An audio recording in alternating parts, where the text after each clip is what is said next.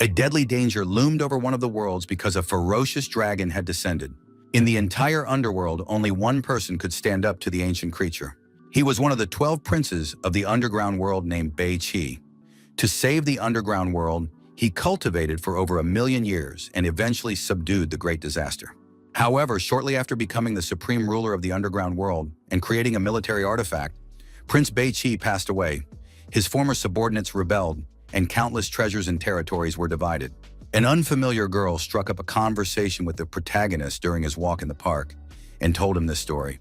She claimed that Prince Bei Qi was the young man's ancestor, and now he had to accept the legacy. The protagonist's name was Lu Wu. He was in his early 20s, and he was a tall, handsome brunette.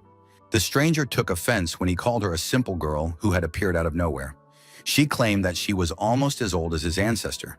The girl's name was Bei Li, and her mission was to help Lu Wu inherit the prince's will, unite the underworld, become its supreme ruler, and take revenge on the traitors. She would be able to help fulfill this mission and become a loyal assistant to the future ruler. The young man, of course, did not believe a word she said and continued to tease her, saying that she was now only a few dozen people and would order horses to carry out the mission. A powerful blow to the gut followed these jokes, and the young man doubled over in pain. Bai Li announced that she would allow the young man to go with her to the underworld and then return him home, while Lu Wu vomited his lunch on the ground. Out of nowhere, right in the middle of the park, a portal appeared. Following the girl who calmly entered the portal, Lu Wu, sitting on a bench, began to be sucked into the unknown underground world. Soon the young man came to his senses, sitting on the ground and rubbing his head in an unfamiliar place. It turned out that all this was his domain, named after his ancestor Bei Qi, and was the largest underground world. The new owner had to figure out a way to regain the lost territories. Lu Wu decided that he would take care of this matter and take revenge on the traitors. But first, he wanted to get acquainted with the mighty army that his ancestor had left him. And after the young man leveled up, he would take over the entire underground world. But everything turned out to be sadder. The guy was a general without an army, and he would have to start from scratch. Lu Wu immediately lost heart and said he would not do it. But Bei Li said that the young man had a military artifact and that she would be happy to help him.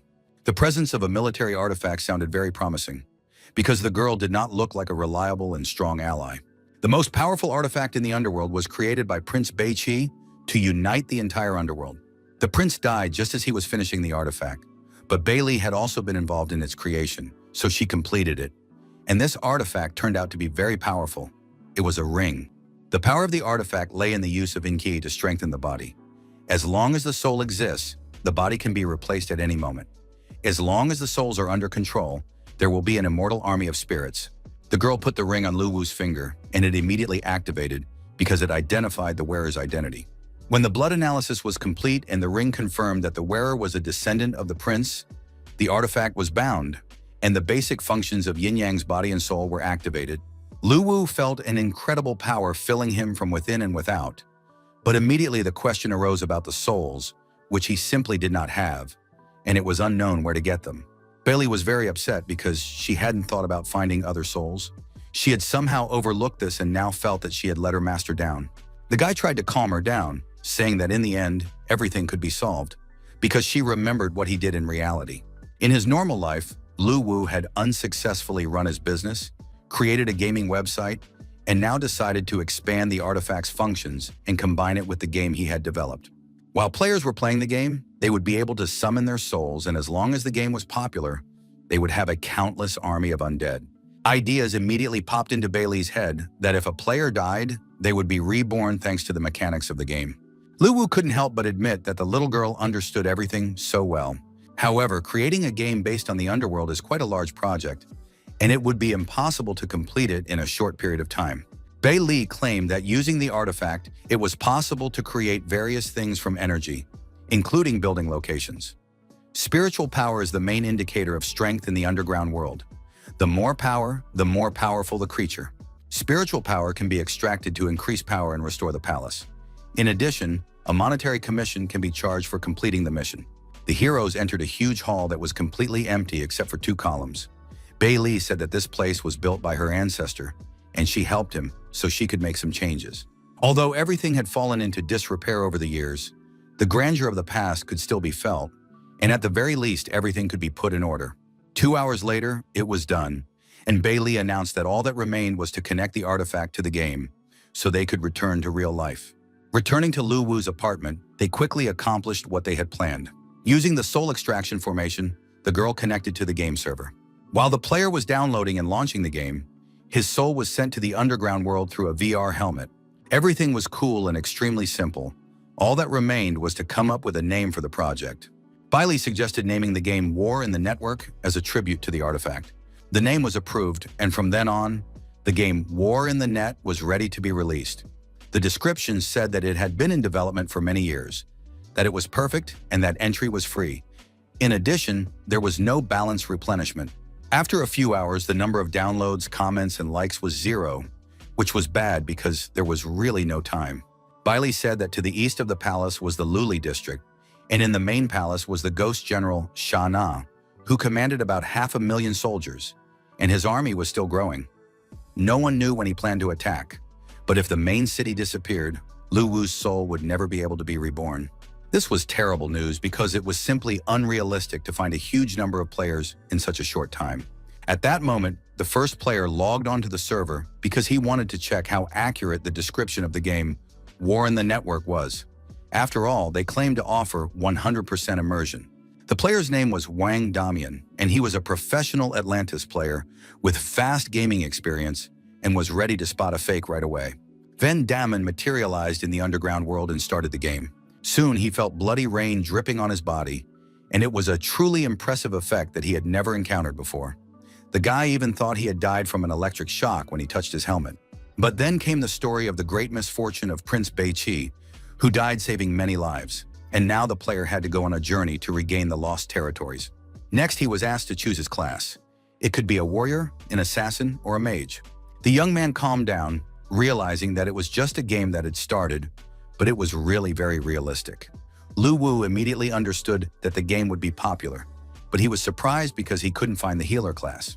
This was the idea of the developers, who did not want to make a healer right away, as they were going to make money on it. Wang Damian chose the class of a stealthy assassin who lived in darkness and walked on the edge of a knife. The player immediately felt a surge of strength and improved agility. It was very cool, and the guy couldn't wait for the beginner mission to start. The mission for newcomers was to kill 10 wandering souls. The reward for this was 5 soul coins. He began studying the map and noticed that the route led to Ghost Mountain. Van Damme thought that wandering souls were weak monsters, so for a skilled player like him, the task would be completed in a matter of minutes. It was time to show off the special technique that the player possessed. The sounds and atmosphere gave him goosebumps, and the details in the game were indeed very realistic. The guy had to advance through the foggy terrain, not knowing where danger might come from. Despite the eeriness, the player told himself that it was just a game, and he was not just a player, but a real pro. Suddenly, out of nowhere, a huge creature appeared above the young man and sniffed him with pleasure, hoping to feast on his soul. It was a white dragon. Wang Damen was stunned with horror. He found it strange that monsters for beginners were so scary. They resembled bosses from other games. It was very cool and reckless. After repelling the first attack, the player reassured himself that it was just a wandering soul for beginners, and he was in the game, so nothing terrible would happen. But the dragon was annoyed that the player underestimated it, and preparing to bite, rushed into the attack, opening its terrifying mouth. The wandering soul became angry and the emotions were very intense, as if they were real. The player prepared to defend himself. After he repelled the attack, Wang Daman announced that he was a pro player and that the monster was too weak for him. The monster ignored the guy, but sensed that humans had become powerful and decided to use a deadly blow. The monster's ghostly blow was very powerful because it was 2-stage. For beginners, this was serious and the player didn't even have any skills. In the next moment, the equipment couldn't withstand the blow, and the player was knocked onto his back, left in his underwear. The equipment not only had durability settings, but also damage ratings. The Wandering Soul had only a 2% difficulty rating, so Wang Damian saw no reason to be afraid and hoped to land one precise blow to end the battle. The player, encouraging himself, rushed into the attack, intending to deliver a worthy final blow, a knife in his hands. But at the last moment, the young man tripped over a stone and fell flat on his face, left without any life energy. The player died, and there were 3 hours left before his resurrection. Lu Wu and his assistant analyzed what had happened. deciding that they needed to adjust the strength of the equipment and reduce damage from the environment. The 3-hour respawn was long, but the assistant claimed that after dissipating, the soul returns to the body very quickly and can be severely damaged. Wang Daman couldn't believe he died on the first level. It was real and outrageous. Fortunately, no one saw it. Otherwise, he would have lost face as a pro player. What annoyed him most was the long pause before respawn. It was unclear why the game was free, because it was simply a treasure. He couldn't let anyone else succeed in the game before him. But the young man immediately announced a new, very real, cool game in the gaming community. And enthusiasts immediately rushed to try it, amazed by its realism, quality, and the fact that it was free. Everyone found the monster truly terrifying and the game very realistic. The white dragon rejoiced at the fresh, delicious souls he wanted to devour immediately. The players immediately chose their classes and prepared to fight the monster for beginners, amazed at the realism of the game and getting ready to deal with the first monster. Lu Wu analyzed what was happening, realizing that the players had adapted very quickly. The teamwork had reached a silent understanding, and the players themselves were satisfied, so it was safe to say that the game would be a success. It was very hot on the battlefield, and the players were so actively involved in everything that it was simply impossible to see anything. One of the players used a huge sword to damage the monster, and it was clear that he was really enjoying what was happening. The player destroyed the last wandering souls and wanted to receive a reward for the mission to increase the power of the squad. The feeling of leveling up was completely different from other games. The level of the game allowed you to feel the strengthening of your body's characteristics, and it was just incredible. All the players agreed that the game was really cool and that they could feel superhuman strength. And if their level continued to grow, that feeling would become even stronger. It was unreal. You could buy items with the coins you earned. At the first level, the items were pretty simple: a club, a healing potion, and a magic wand. The player bought an ogre club for 8 coins and was happy with his purchase.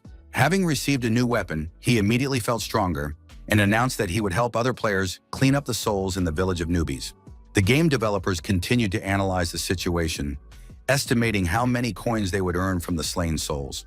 In addition, a percentage would be charged for each purchase a player made in the store. The more they buy, the more the manufacturer gets. Players enjoy the game, and he enjoys the money. Everyone is happy. After that, Lu Wu admitted that little Bei Li was indeed a genius.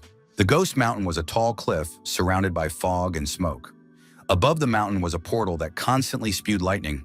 At this level, the player had to kill an elite mob, the evil spirit, and all quest participants received additional coins. The players stood in anticipation, waiting to earn more coins in the mission, but they did not yet understand where to find this mob. But suddenly, the monster appeared before them and accused them of invading its territory, so now it was going to devour them. The evil spirit made a terrifying impression on the players. It was huge, with horns on its head, burning eyes, and enormous size. The most experienced player rushed into the attack. After analyzing the monster's behavior, the player urged the team not to skimp on healing potions and to attack even at low levels. Lu Wu had doubts as he watched the game.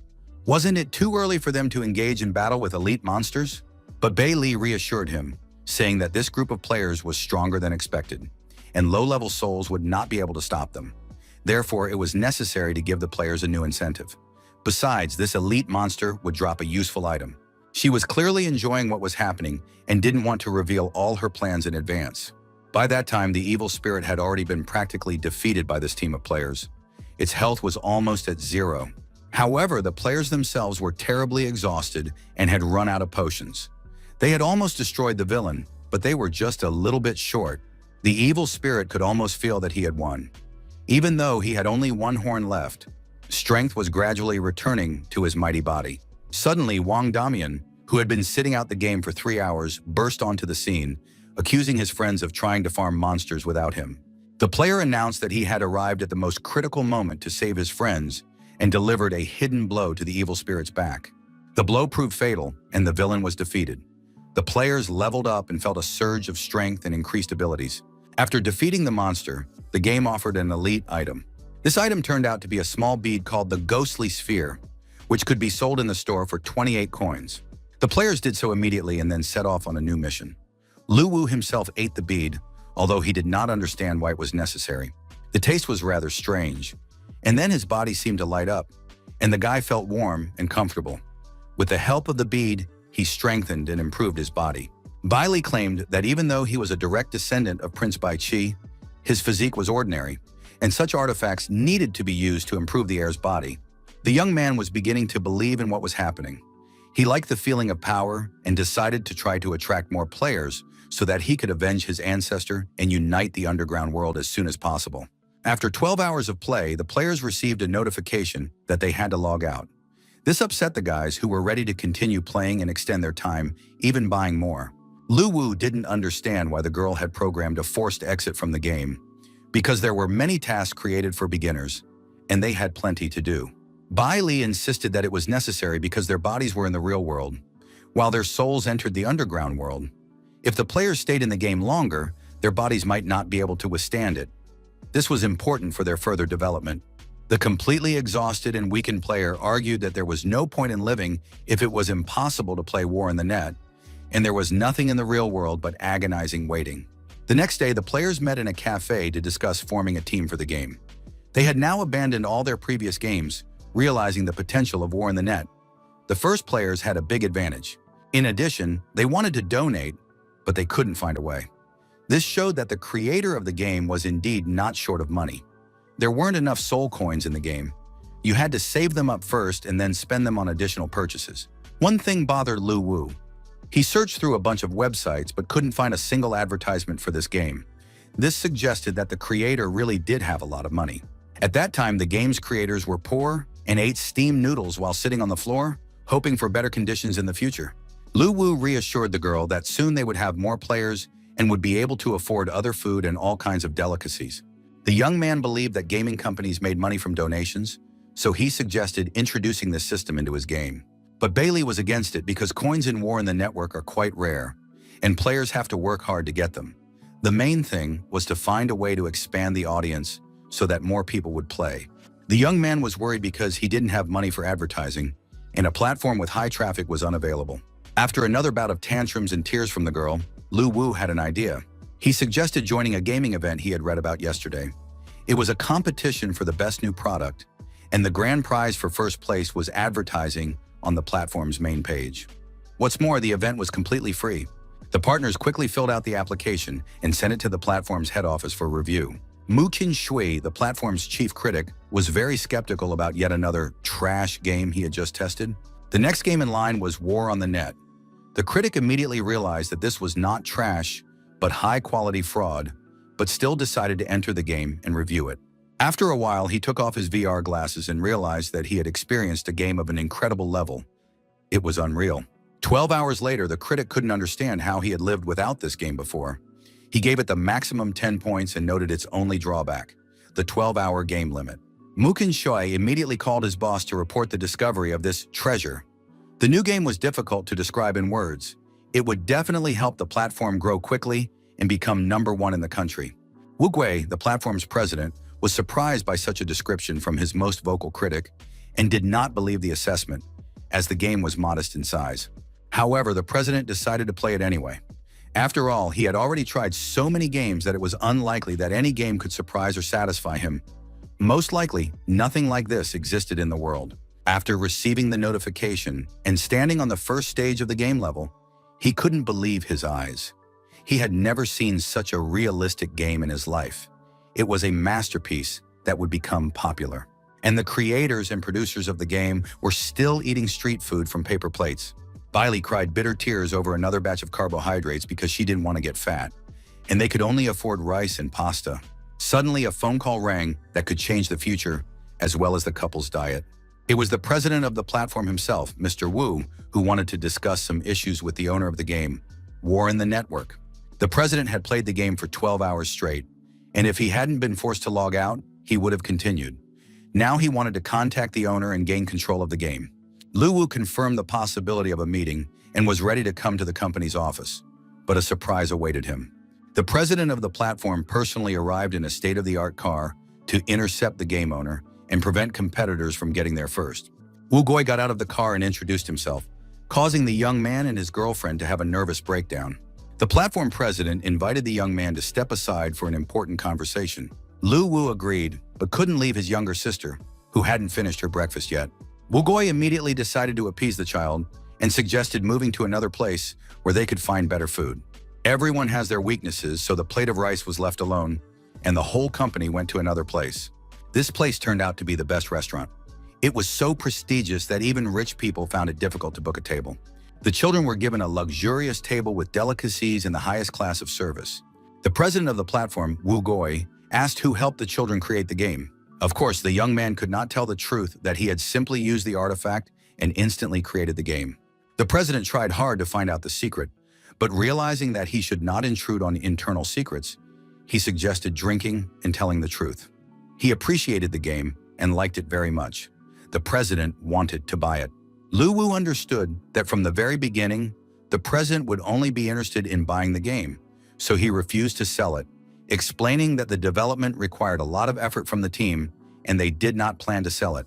President Wu was not greedy but smart and pragmatic, so he immediately offered 10 billion. The young man's jaw dropped when he realized the magnitude of the sum. The bidding continued and soon the amount was tripled. But the young man continued to insist that the team was not going to sell the game, because love and dreams are priceless. The president was upset by this turn of events. He did not expect that such a young guy could not be persuaded with money, but the guy turned out to be mature and far-sighted, far ahead of his peers. Then Wu offered to pay 100 million a year if the game was published only on his platform.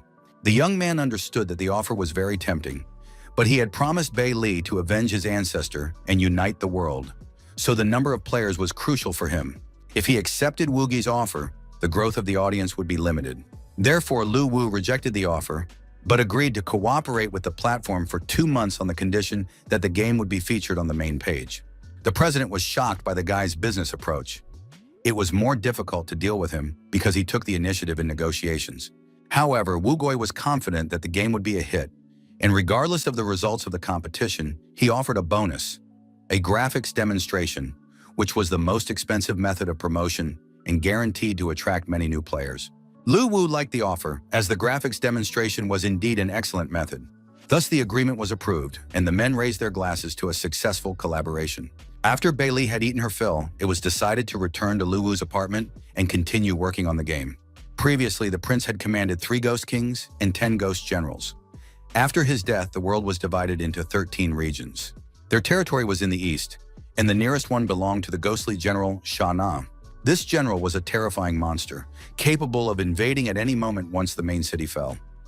The young man suggested striking first and making the return of the territory from Sha Na's hands the primary mission. The young man also suggested that the minimum level for starting the main mission should be 15. Otherwise, the players would not be able to cope even with the ghost soldiers, let alone form a large-scale fighting force. Of course, NPCs can significantly improve the quality of the game. They are easy to create with an artifact, but how can NPCs be given intelligence so that they can act autonomously? Bei Li took on this task. She believed that the underground world was a place for living beings. It was possible to search for those who were born in the underground world and had not yet developed spiritual intelligence, and then use an artifact to reorganize their souls and give them new memories. After death, creatures would be randomly reborn in the underworld, and players could receive quests to find newborn souls and turn them into NPCs. The more such creatures there were, the greater the power. Collecting souls became a permanent task. It was necessary to find the initial souls born in random places and sell them in the store for 100 coins. Lu Wu used the artifact and made sure that the charm of the game was reflected in the computer graphics, attracting the attention of players. Bei Li suggested making a high-quality trailer that would shock players. The young man already had an idea and reassured his partner, saying that they did not need to hire a professional team and spend money on creating graphics. The world, from rivers and mountain peaks to flowers, was realistic. They just needed to use the artifact. Lu Wu used the artifact to gather and restore the former glory. The game's graphics were completely updated before our eyes and became perfect, attracting the attention of all players. After creating the real world of the game, it was time to focus on the main character. Soon, Lu Wu presented Prince Bei Qi in all his glory, a huge, muscular, handsome man with skulls, horns, and weapons. In short, with all the usual triggers. Bei Li was delighted with how quickly her partner had learned to control the artifact and was amazed at the coincidence of the prince's appearance. However, the form could not last long, and it was time to take action. The army and a huge number of monsters were already approaching. The huge black dragon addressed Prince Bei Qi, believing that he was incapable of protecting the people and was going to destroy all the inhabitants. The prince replied that he was not afraid of empty words, and if the dragon wanted to fight, let him come against him. The warriors and soldiers were ready to follow their leader and win the battle. After the battle, the entire underground world was littered with mountains of corpses, over which ghostly soldiers rejoiced. Their leader, the ghost prince Bei Qi, declared that he was bored as he was dealing with trifles. The black dragon admitted that he had underestimated his opponent and that Bei Qi deserved the title of prince. However, the dragon had already exhausted his strength, and the battle was not yet over. He decided to destroy Bei Qi. The dragon opened its mouth, and a powerful stream of fire rained down on the prince, who ignored the flames and remained standing. The prince was ready to sacrifice himself, knowing that he could not defeat the dragon. He wanted the underground world to belong to its inhabitants. A huge explosion took both opponents away. The ghostly souls realized they had won, but the prince was no longer with them, and they did not know whom to serve now. Soon their attention was drawn to the sounds of a baby crying, echoing throughout the underground world. They found a small newborn with a soul that had just come into being. The prince was dead. "Long live the new prince!" announced one of the ghosts and lifted the baby in his arms, showing him to the other warriors. An important meeting organized by President Wu Gui was taking place at the platform's headquarters. Suddenly, the meeting was interrupted. Critic Mu Qinshui was a little late. He had been invited to the meeting by the president himself, even though he was a low-level manager and did not usually participate in such meetings. After all, it was critic Mu who discovered the game, War in the Network. Everyone present was told about the new game and given VR headsets. The president asked the critic to show the game trailer. Mu Qinshui had already downloaded the video, and the platform managers were able to evaluate the game. The reaction was simply incredible. From tears of happiness, joy, and emotion to cries of delight. The only desire that arose after viewing was to play the full version as soon as possible. Lu Wu received a phone call from manager Wu Gui, who did not expect the trailer to be ready so quickly. He said that the game had shocked everyone at the company. The graphics and sound effects were top-notch, but one thing was missing to make it perfect. He was referring to the atmospheric music that could be created by adding a high-quality soundtrack. Bailey agreed that they had indeed missed this point and now needed to add some good music. But how could they do that if they weren't musicians? After all, creating thematic music would require hiring composers and paying a lot of money. Wu Gui didn't see a problem with this. The developers just needed to find a lyricist and a performer who could compose a beautiful soundtrack. Lu Wu decided it would be better to let players evaluate the game without music. That way they could play impartially and give an objective assessment. The platform president really liked this point of view because, from a realism standpoint, there really shouldn't be any music in the game to make it feel like you're in an underground world. Wu Gui remembered that he wanted to show the guy the results of the game ratings. As a result, the game War in the Net received the maximum number of points and now occupied first place. Starting the next day, the rating was to be determined by the players, and War in the Net was officially launched on the platform. Lu Wu realized that it was time to create the first NPC, since the game would be officially presented and players would start rating it. Bai Li recommended creating an NPC guide for beginners. Players could add their own thoughts and habits to it to enrich the game. The initial souls that players sold in the store could be used to create NPCs with souls and consciousness. This guide would not only guide players, but could even win fans among them. Lu Wu created a real heartthrob that absolutely all players will like. He will be able to attract female players, and they will bring their friends along. The NPC was endowed with a full soul. He was very strong and, as a conscious being, could even attack. But the creature approached the young man, bowed to him, and greeted him, saying that he was glad to meet the descendant of Prince Bei Qi. The young man did not argue and agreed to carry on the prince's will and to use the help of all his subordinates. The guide promised to do everything possible to help fulfill Prince Bei Qi's last will. Lu Wu summoned the artifact to instill a new personality and sense of responsibility.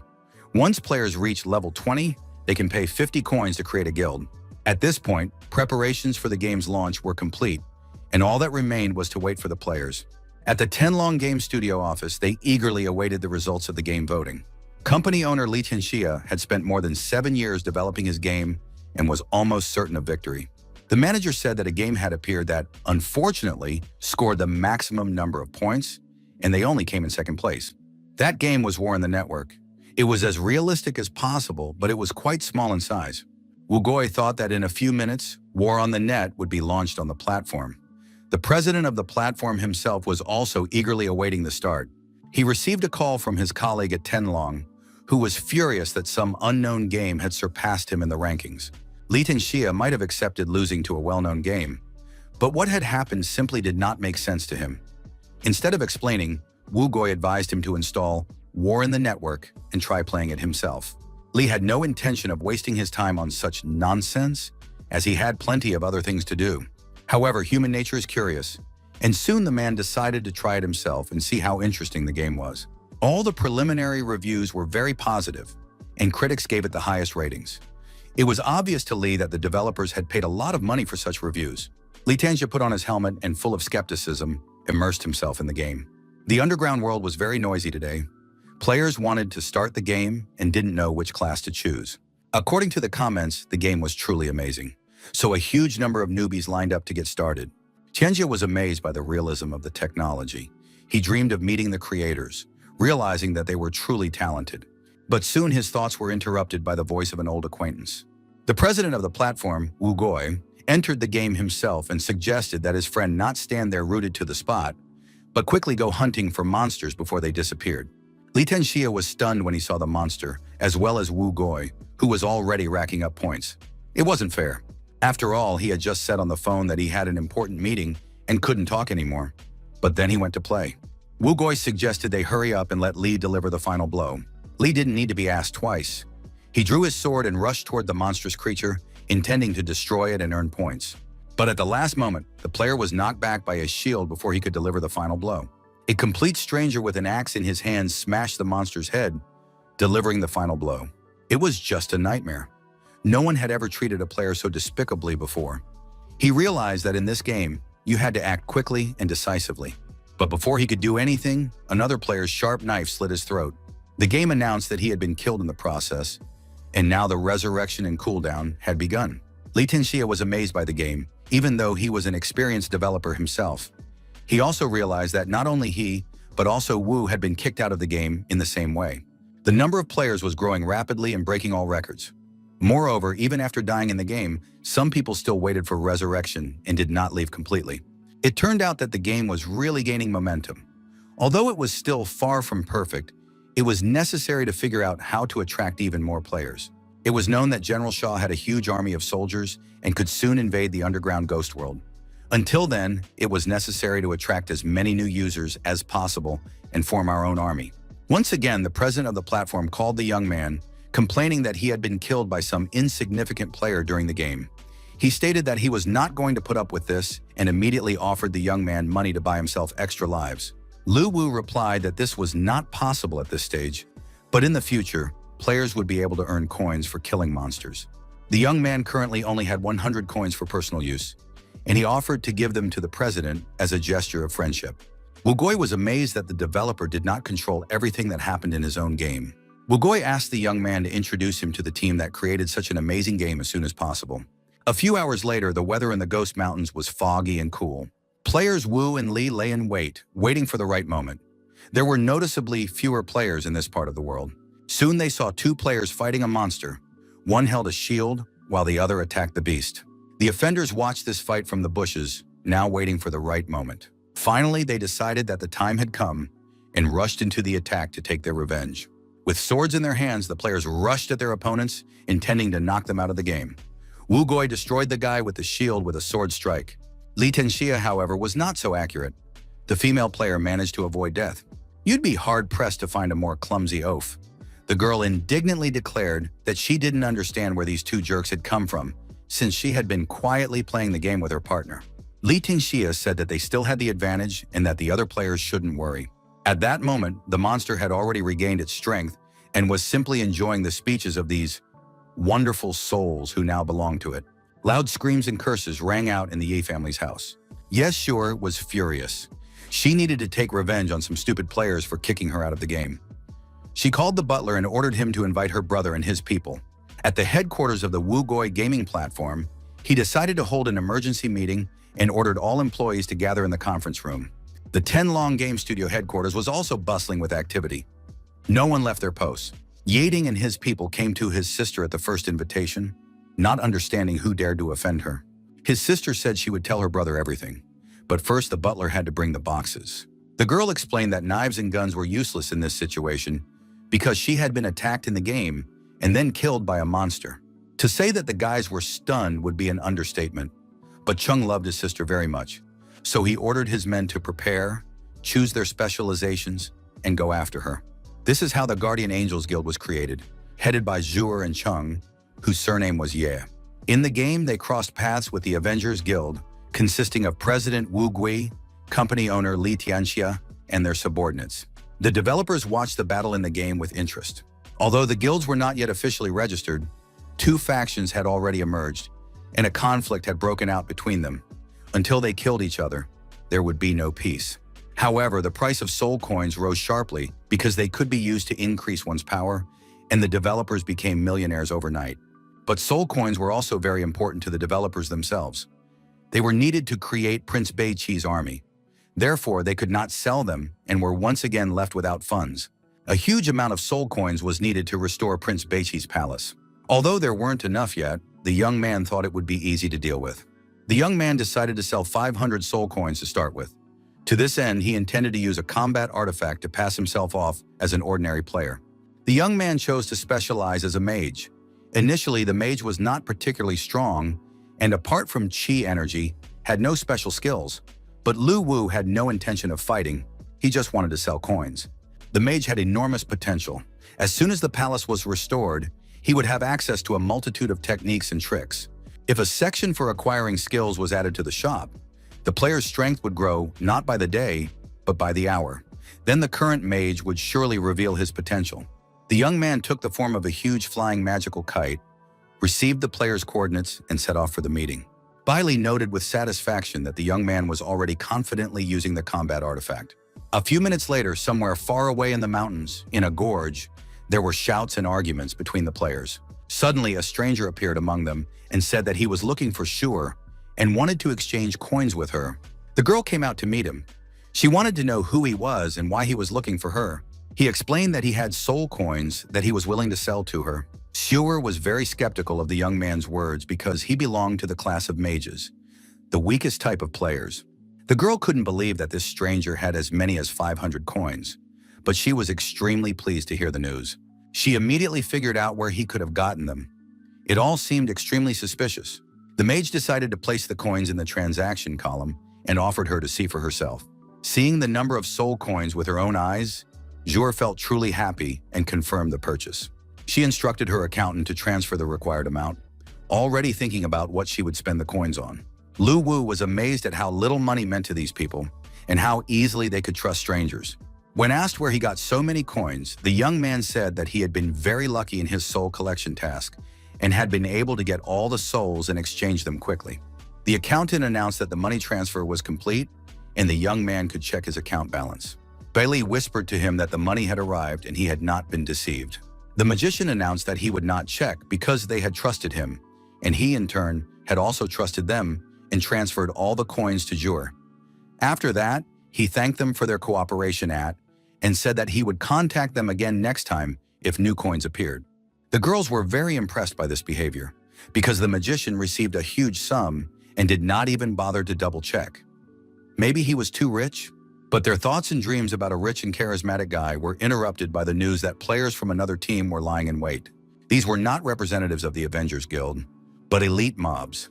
The elite mobs were demons on wolves.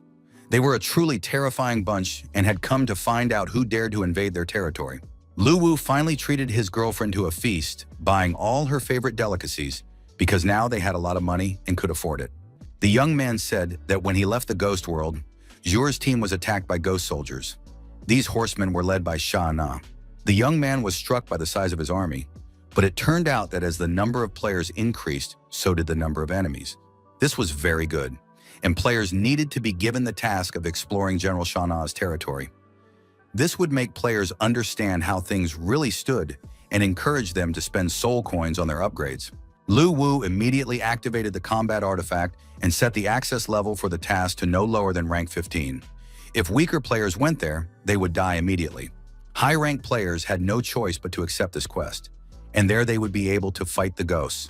Since players constantly respawn, they are ideal for exploring the lands. Once enough information was obtained from them, a further strategy could be developed. There were many players in the ghost world who tried to divide themselves among the guilds. They begged for their applications to be accepted and guaranteed to earn a lot of money. The Great Dragons Guild, led by Wang Damana, accepted all willing players, but preferably those with high levels. A player with the nickname Blade in the Soul approached the guide to get information about General Shana. The guide said that the prince of these lands, Beiqi, had raised the general, but he had betrayed him. The general now had about 500 soldiers who had captured the Luli area. If you went there on a reconnaissance mission, it would be best to take care of your own safety. The Great Dragons Guild immediately decided to go on this mission. They planned to easily deal with the general's ghost warriors. Lu Wu noted that the Great Dragons Guild was indeed made up of real professional gamers, and they had already left on the mission. But the poor guide was unlucky. He was surrounded by female fans who showered him with compliments, trying to find out what he liked to do in his free time. It's great that the guide is so popular, but it's time to create a new NPC who will be a mysterious merchant wandering the lands of Beiqi.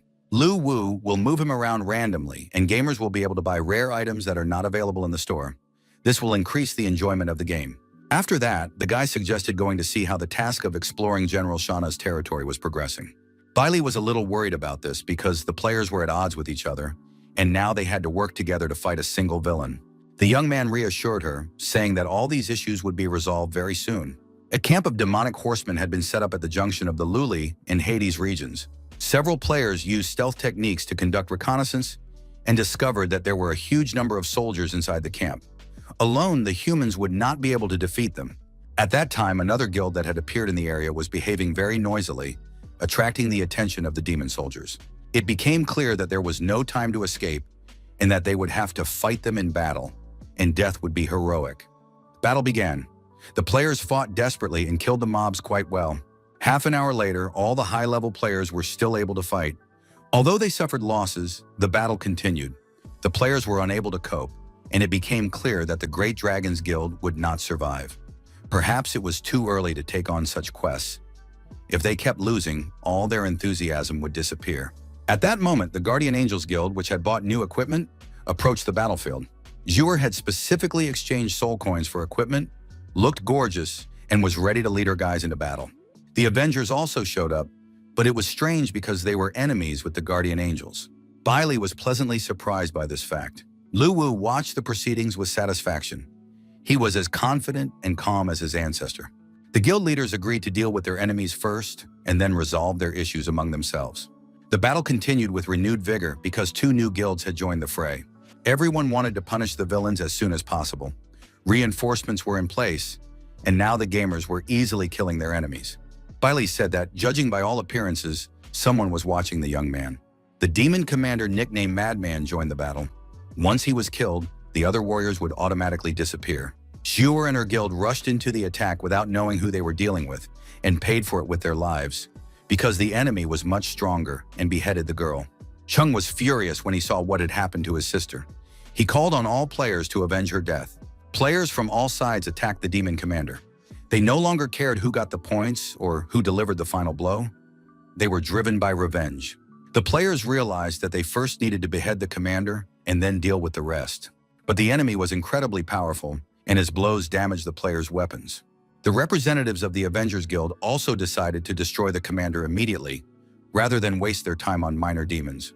The madman sat on a huge, monstrous wolf and was confident in his strength, treating his opponents as if they were mere ants. He easily dealt with all the players who attacked him and repelled their attacks so strongly that pieces of their bodies flew in all directions. Even Lu Wu and Bei Li, who were watching the battle from their ambush, were hit. The young man realized that the gamers' camp had been completely destroyed with just one blow. He had clearly underestimated the power of the demon commander, since even the strongest group of players did not have enough strength to fight back. It turned out that the enemy could kill everyone. Perhaps it would be better for the players to explore other regions for now and avoid the territory of Liuli. Lu Wu created a screen recording feature that would help promote the game. Gamers would be able to post recorded videos, and people would learn about it. 3 days later, the exploration mission in the territory of Luli turned into a confrontation between three guilds. But thanks to this battle, the players gave up their hatred for each other and began to act together. The leaders of the three guilds even held a meeting and decided to unite to deal with the demon commander's camp. As a result, the price of soul coins rose again, and the screen recording feature increased the number of gamers. Due to the influx of new players, minor glitches were discovered. People tried to resort to hackers to quickly level up their characters, but they were disappointed. The game war in the net works from the human brain, and no hacks can help. The forum where players shared their impressions, gave advice, and left useful information was very helpful in the development of the game. Soon, a map was posted showing the distribution of monsters in different areas of the mountain range, drawn by hand. A gamer named Low King used the screen recording function when developing the map. He hardly fought any monsters, but immediately started the game by exploring the world. Low King's map featured areas that players were already familiar with.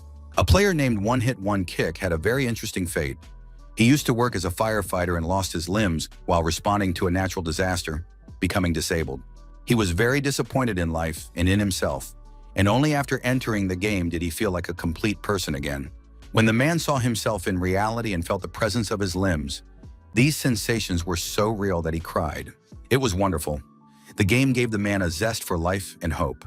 Therefore, it was necessary to continue working on realism. Luwu decided that War in the Net did not necessarily have to be a game related only to wars. It could become quite thematic. For example, after completing the task of destroying General Shana, players could receive some additional options. For example, fishing enthusiasts could enjoy fishing in the Sea of the Underworld. And if gamers destroyed the King of the Rock demons who lived on the Cliff of Despair, they could cultivate spirits in that location because the environment allowed it. Players could have their own pets and teach them martial arts. Luwu was confident that his game world was full of possibilities and that anything players could imagine could be brought into the game. As the map was gradually explored, more and more people entered the game, and the ghost world became accessible to everyone. The border between the regions of Liuli and Grados was packed with demon troops. Scouts reported to their commander that the gamers who had fought them a few days ago had been forming small groups and constantly looking for new ways to attack. The demons expected the gamers to be afraid of dying and to flee, but they kept pushing forward like parasites, and only a powerful blow from the demon commander, the madman, was able to stop them. The demons watched the part of the ghost world where the gamers lived and marveled at their powerful energy. They understood that this power resembled that of Prince Bei Qi in terms of its strength and quality. The gamers also watched the mobs and realized that their activity increased the demons' aggressiveness. But that was great because they no longer had to run around looking for enemies. The enemies came to them. The gamers happily welcomed the demons who came to fight them. The players declared that they had come from Prince Bei Qi. The mobs understood that the gamers were provoking them, but were amazed by their courage and audacity. The mob commander had witnessed the rise and fall of Prince Bei Qi with his own eyes, so he ordered his servants to destroy the imposters. A battle began between the players and the demons. Bailey was very worried. She watched the dynamics of the game and noticed that the commander of the ghost soldiers had gone on the offensive, and the players were constantly dying. Luwu said that everything was part of his plan and there was no need to worry. The battle continued desperately, and even the mob commander Mad joined the attack. The demons reported to their commander that they had already gotten rid of all the gamers, who turned out to be ordinary weaklings, and now planned to go to the abandoned city of Hades. The commander ordered them to continue the offensive and prepare to kill as many players as possible. However, this turned out to be not so easy because the number of people gathering to join the game was simply enormous. The demon realized that there were too many opponents and ordered his troops to retreat. But then his subordinates noticed that there was nowhere left to retreat. They had been ambushed. The fact was that representatives of the guilds had united and were waiting for them on the other side. The old methods of endurance and tactics worked perfectly, and the start of the operation was announced. The gamers enthusiastically rushed at the demons because they had been waiting for this moment. They understood that there were many enemies, but that did not stop them. This was Lu Wu's plan. After losing the previous battle, the guild leaders met and developed a joint plan to confront the demon commander. It's not scary to have one enemy out of 10 people, but it's scary when they all unite against you. And even though the army of players couldn't destroy the general, they were definitely strong enough to take on the commander. The madman was surrounded and couldn't understand what was happening because the players had no formation and relied only on each other's support. Of course, ghosts have strength and ferocity, but fear was also present. The madman noted that the players were not afraid of death at all. Even with his advantage in strength, he could not withstand such numbers. The demon commander understood that if things continued in this vein, he would soon die, but he had no intention of dying at the hands of such weak parasites as these players. Ishur approached him, saying that they had met again, but now she was prepared. The madman attacked with his magical energy, and one had to be extremely careful. At that moment, his gaze fell on the girl, and he remembered that he had killed her a few days ago. It was very funny. It turned out that the demon commander did not know about resurrection, and now he was in despair. The players were not afraid of death, because in 3 hours they could be resurrected. The players already felt their power and tried not to pressurize, but on the contrary, to enjoy the battle and gain experience. The madman directed powerful energy from his eye, trying to harm the people in any way he could. This energy again led to a powerful explosion, and huge rocks and pieces of soil scattered across the playing field. At about the same moment, a notification came that the mission had been completed due to the killing of the demon commander, and his equipment was now available to high-level players. In addition, an accessory from the set of runic artifacts could be sold for 500 soul coins. The demon commander's equipment was immediately analyzed for value. Lu Wu did not understand what was happening, but the girl explained that she had created several hidden classes of artifacts that were used by the prince's fighters to create warriors. This artifact was called the Ninth Demon Energy, and with its help, it was possible to devise a plan for the runic warriors. Runic wars sounded very impressive, and the player's strength increased significantly after a fierce battle with the demon commander. Lu Wu hastened to learn about the talisman and the runic warrior, about which he had no information. A rune warrior is the system name for a special warrior created by Bei Qi's first spell. To make it, the blacksmith had to smelt many materials. Although the process was complicated, the result in the form of the warrior's strength was impressive, and with the help of the combat artifact, it was possible to save on many procedures. Bailey wanted to carefully study the rune and add the template to the artifact to create a hidden class of warriors. However, the girl did not know if a player who had received the talisman would ever appear and when he would admit it. It was unknown how quickly the player would put the talisman up for sale. It was a completely useless item for players, but it could fetch as much as 500 soul coins. The next day, a new quest was ready, which was to reveal the rune warrior, and Wang Damian enthusiastically took it on. But then he remembered that he was a representative of the assassin class, and therefore he urgently needed to become a berserker. All the berserkers had changed classes, and now it was unclear what would happen to the assassins. To gain supreme power, the berserker renounced his weapons and used himself as a vessel, carving the runes of heaven and earth that formed his body. His weapon became a glove with runes carved on it. Van Damme was simply happy. The power was very strong and explosive, shocking even its owner, the player. Death watched what was happening and was already close to the player. The attacks were affected by the defense and fell off the player like raindrops. In addition, he possessed tremendous speed, which gave him the advantage of rune. The first task was to demonstrate the rune warrior, and after completing it, Wang Daman was amazed at how cool and invincible the rune warrior was. His perception of warriors on the battlefield was completely overturned. The update soon added a new class, the Berserker Rune Warrior, as well as a new NPC class change instructor named Master Chu. The game was constantly evolving and becoming more and more attractive to players. Rune Warriors turned out to be a very successful idea. Bailey had no intention of stopping and began studying mage transfers. She planned to release 3 new directions in the near future. The clan curse system was good for control and destroying states. The demon system was effective when losing, and the soul monster system was useful in every formation. Bailey still hadn't figured out the assassins. She needed additional material to change and create new professions. Each character and their characteristics had to be carefully worked out. It was impossible to act at random. Lu Wu sincerely thanked his partner, saying that she worked very efficiently and with great concentration, so the young man was ready to buy her delicious food to please and stimulate her work. In a dark dungeon near the coast, demons appeared before their king and reported that the Sea King would continue to recognize the Lord's status as the ruler of Liuli if the offerings of yin spirits continued. General Shah did not understand why Prince Bei Qi did not dare to show his face and treated him like an ordinary hooligan. The messenger who crossed souls brought more bad news. The commander of the 3rd Ghost Cavalry had been defeated. The general knew that Madman was at the junction of the districts and did not understand how the demon commander could have died in such a safe place. The messenger added that not only the mad commander had died, but his entire squad. The general was furious.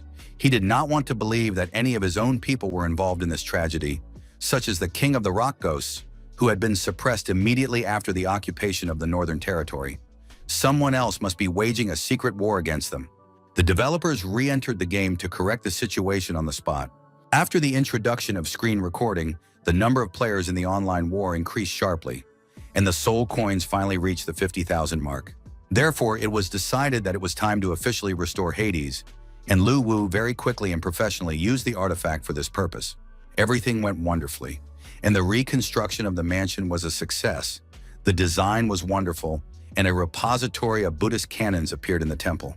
The repository contained all the cultivation techniques and combat skills that Prince Beiqi had collected throughout his life. Soon, the repository will be available to players, and since this place was intended for cultivation, it was decided to name it the Cultivation Pavilion. Lu Wu suddenly felt the energy flowing out of his artifact. The creation of the Cultivation Pavilion began. The combat artifact and all the traditions of the original repository were preserved and observed, but transformed into a more convenient and suitable place. In other words, the Cultivation Pavilion became a kind of artifact itself. The humanoid phantoms were combat artifacts that turned everything into something convenient for players to use. All you had to do was click on the image to see a detailed description of the skill and a demonstration of it. It was very convenient, but expensive, so gamers would have to leave a lot of soul coins in the Cultivation Pavilion to learn something. Bailey confirmed that without reaching a certain level, even with the necessary amount of coins, it was impossible to get in. After that, Lu Wu decided to carry out another renovation of the Cultivation Pavilion. It was necessary in order to simplify its use and improve the interface. The ghostly figures were labeled with their specializations: warriors, assassins, or mages. Then the 3 main zones were divided into 5 more levels of cultivation, from primary to royal level. The royal cultivation level became the most powerful and beautiful, and was only accessible to highly skilled players. Since there were so many players, parallel spaces were developed to accommodate a large number of players at the same time. They were more like separate servers. The first notifications about the opening of the Cultivation Pavilion were sent out, and immediately magicians rushed to improve their abilities. They were offered to learn how to control energy in order to summon soldiers, and were given all kinds of techniques to speed up the process several times over. In addition, there was the dark erosion of mages, the skills of dark thoughts, and it was possible to learn this technique. A mage haunted by evil thoughts could summon evil spirits, subdue them, and turn them into his defenders. The mages were happy because their class had been completely ignored before, and now they had the opportunity to learn something new, and that was wonderful. Bailey was glad that with the help of her new partner, she had made so many players happy. Lu Wu decided that the changes were complete for now, and suggested that his partner go and improve the game. Now, players who had fully explored the entire area could access it at any point for teleportation. Thanks to the Rune Warrior, the Berserkers began to leave the abode of the dead in search of materials for teleportation. Every time they were resurrected, they had to retrace their steps from beginning to end. The first requirement before moving on to the Rune Warrior was the monster hunting stage. Next, they had to collect materials to create hands. Only then could they unlock the advanced career mode. This way, it was possible to recoup all the money spent on teleportation. In addition, the developers made teleportation not free, and each time players will have to pay a soul coin. It's not much, but with so many players, the developers will still come out ahead. Later, they decided to add a live streaming feature, which gamers had been requesting for a long time. This will allow dead players and those awaiting resurrection to watch others. Tests were conducted in the underground research hall of a Black Sea technology company.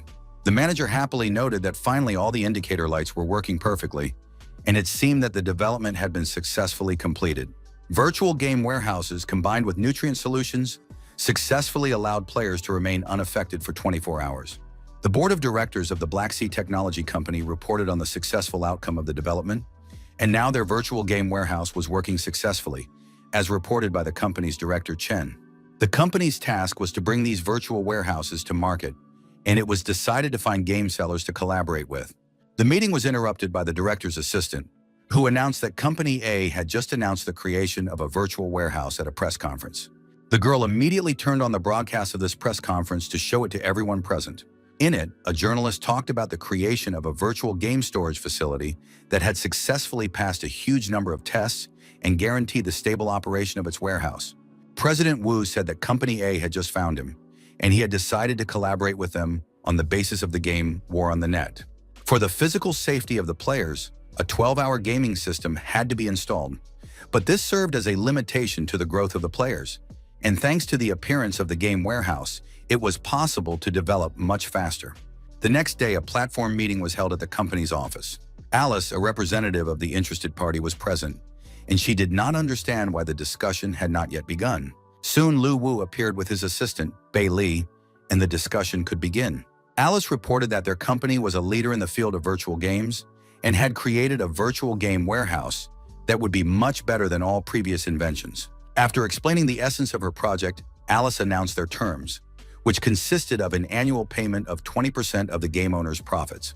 Everyone was very interested in the project, but the payment was too high, so the representatives could not make a decision on their own and waited for confirmation from their superiors.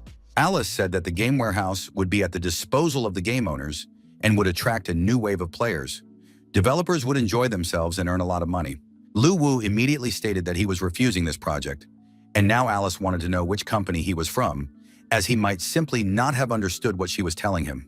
President Wu tried to slow down and explain to the young man that these were commercial negotiations, and if the terms of one side were not satisfactory, they could be discussed and possibly changed.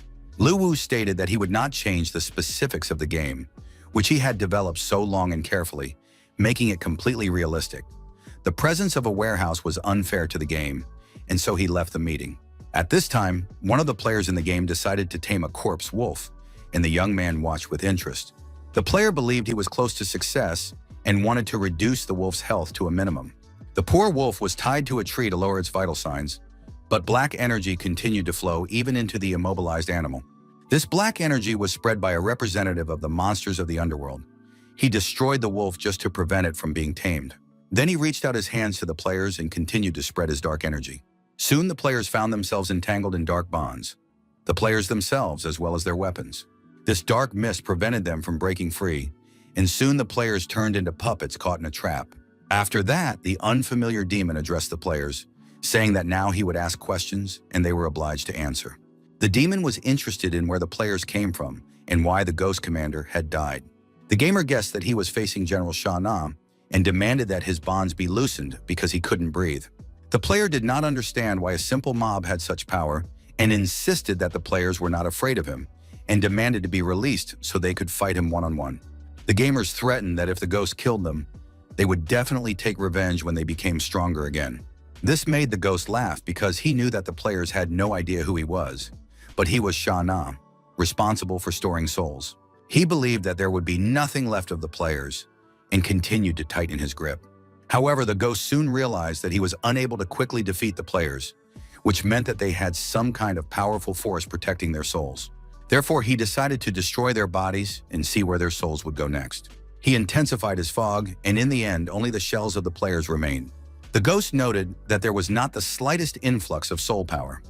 In addition, the integrated souls disappeared without a trace.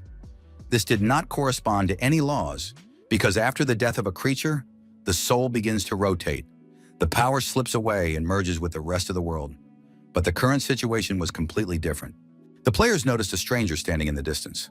One of them suggested that the stranger resembled a hidden mob, a mysterious merchant. The players decided that they could strike it rich and become wealthy because the mysterious merchant had many soul coins and expensive goods. They approached the figure and asked if he was selling goods, demanded a discount, and wanted to look at the goods themselves. The stranger did not turn around, silently listening to everything they said. Then he turned to the players and asked if they knew the details of the ghost commander's death. The players did not like the smell coming from the stranger at all, but they thought that he simply possessed some unknown technique and did not pay attention to the black mist that began to envelop them. But then the stranger couldn't take it anymore and said that they were talking complete nonsense, so they had to die. The same changes occurred with this group of bodies and souls, and they also disappeared. But the ghost had an incredible idea, which he now needed to verify for himself. Lu Wu and Bailey realized that Shana had gone on a reconnaissance mission and wanted to find out more about the messenger who crossed souls. The messenger who crosses souls is the highest position of the king and general of ghosts, responsible for storing and transferring souls. Each ghost king and general was assigned a messenger, and they had different strengths and weaknesses and were skilled in sacrifices. The yin soul was different from the original soul.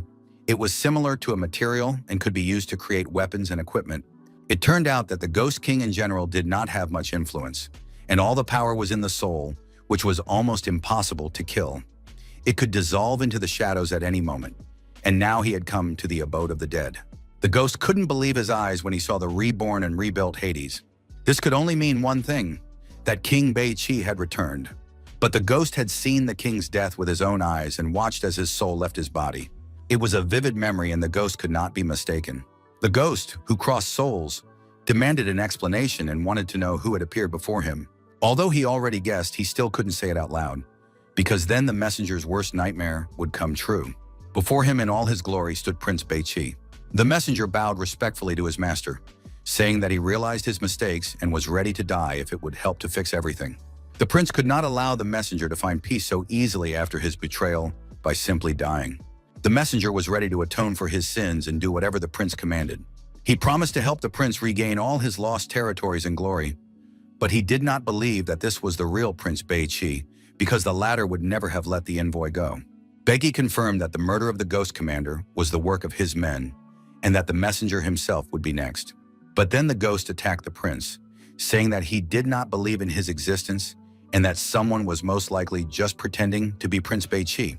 Lu Wu said that he was not a prince, but that the blood of Bei-Chi flowed in his veins and he must inherit this land.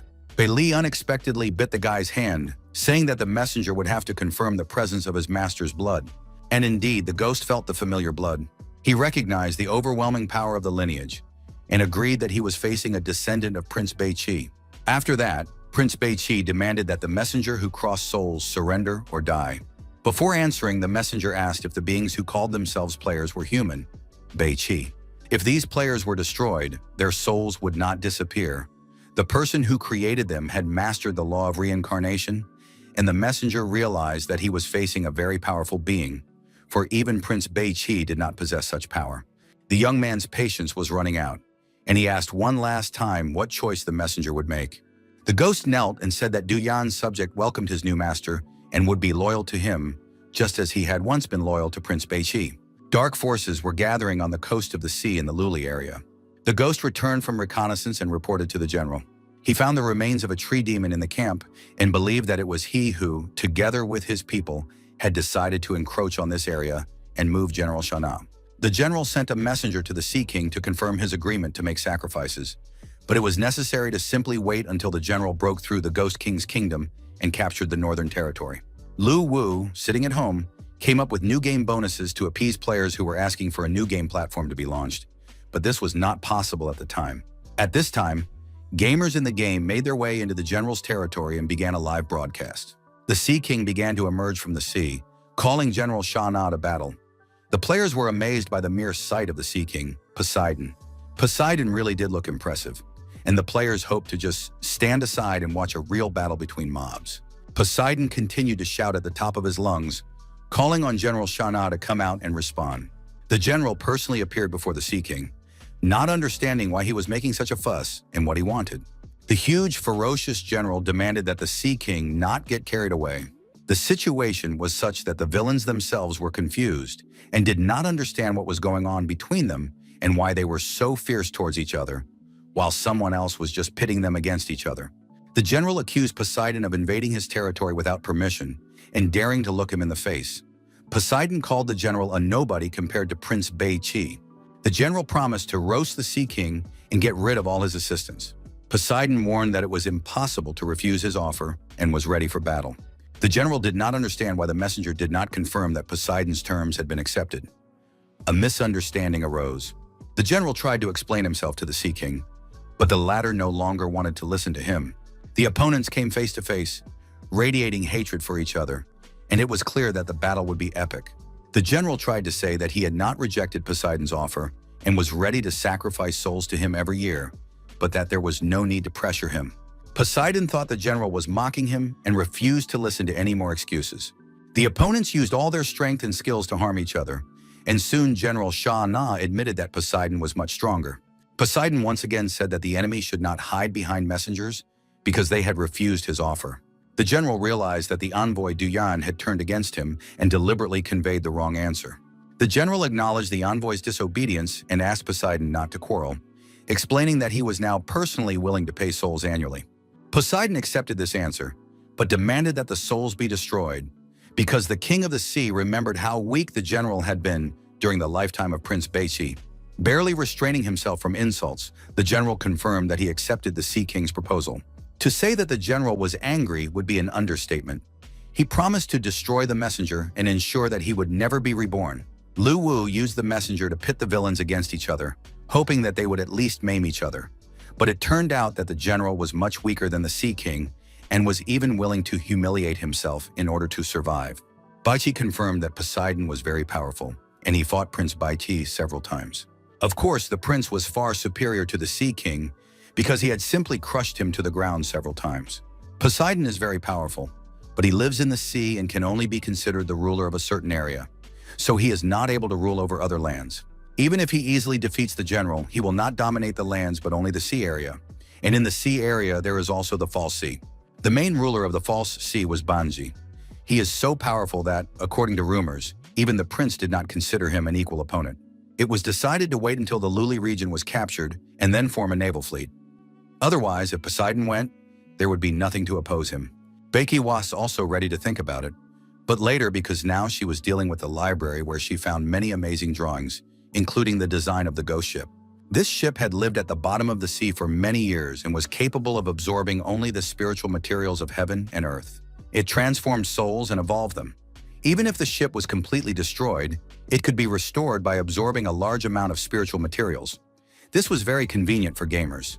When the time comes, it will be possible to create the original ghost ship according to the blueprints and sell it to the player, who will then upgrade the ship themselves. The project is very expensive.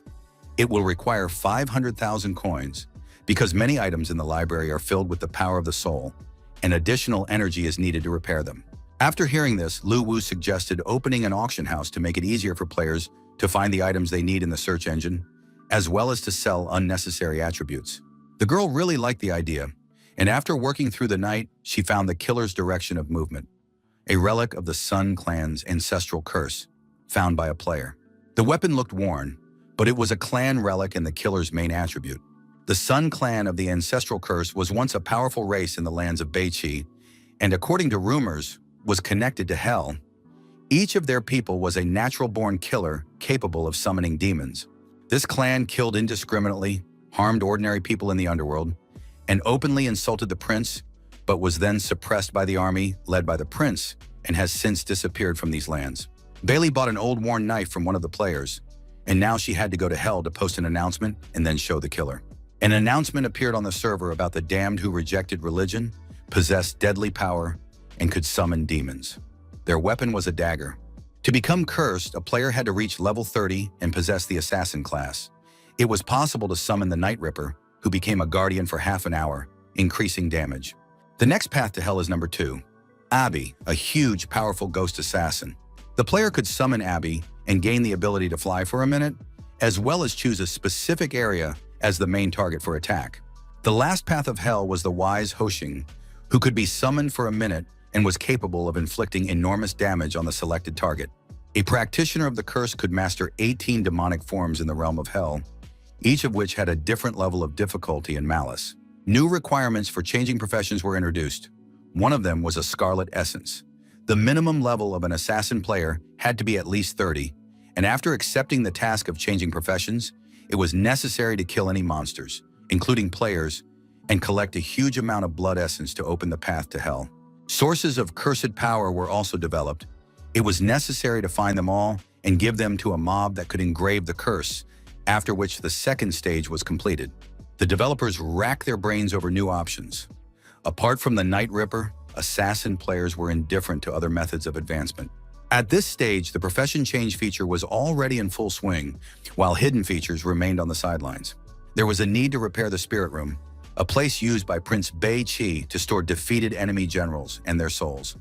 It was a huge sacrificial building. Among these heroic spirits were several very talented warriors, and their legacy could be completely absorbed by a combat artifact. Several random quests could be launched. After completing them, the player would receive the power of inheritance. At the headquarters of the Black Sea Technology Company, another meeting was held to develop a promotion strategy. The secretary reported that, according to news from the platform, the most powerful game developer had not accepted the company's terms. Perhaps his company would be able to cooperate with Black Sea and finally use their warehouses. The game War on the Net was again short of coins. The opportunity to earn them was great, but consumption was also enormous. Therefore, many game features needed to be expanded, and there were still not enough coins. Suddenly, there was a phone call from Director Chen, who hoped that his virtual game warehouse could collaborate with the game. Director Chen confirmed that the promotion with his company was mutually beneficial and that there would be no fee for its use. The company was ready to pre-install the game as built-in software, with no special download required. Lu Wu agreed to work under these conditions, realizing that the virtual game warehouse contributes to the stability and growth of players and could be a good way to promote the game. At this time, one of the popular players fell into a pit, the difficult tomb of Bai Mei. The player fell in and turned on the broadcast. Bai Mei is a type of spirit beast unique to the land of Beiqi. The name meant a very desirable and noble creature. When the life of this creature comes to an end, it seeks a secluded place to leave its life legacy. A berserker named Sun Qi found himself in a desperate situation. There were only smooth walls around him, and he couldn't get out. He even tried to kill himself, but the green light penetrating through the walls healed his wounds every time. Lu Wu, using the nickname Super Vip, wrote to the player, telling him not to waste his strength and to follow his advice. The player decided to take advantage of the help, as he had already run out of ideas. Sun Tzu cut his arm with a sharp sword, and bright red blood gushed out in a powerful stream. While the wounds were healing, the player put his hand against the stone wall. His palm seemed to stick to it, and the wall began to suck out the blood. The player realized that he could finally die. Suddenly, the ghost of the deer appeared in the grave where the player had fallen and saturated him with life energy. His health points rose again.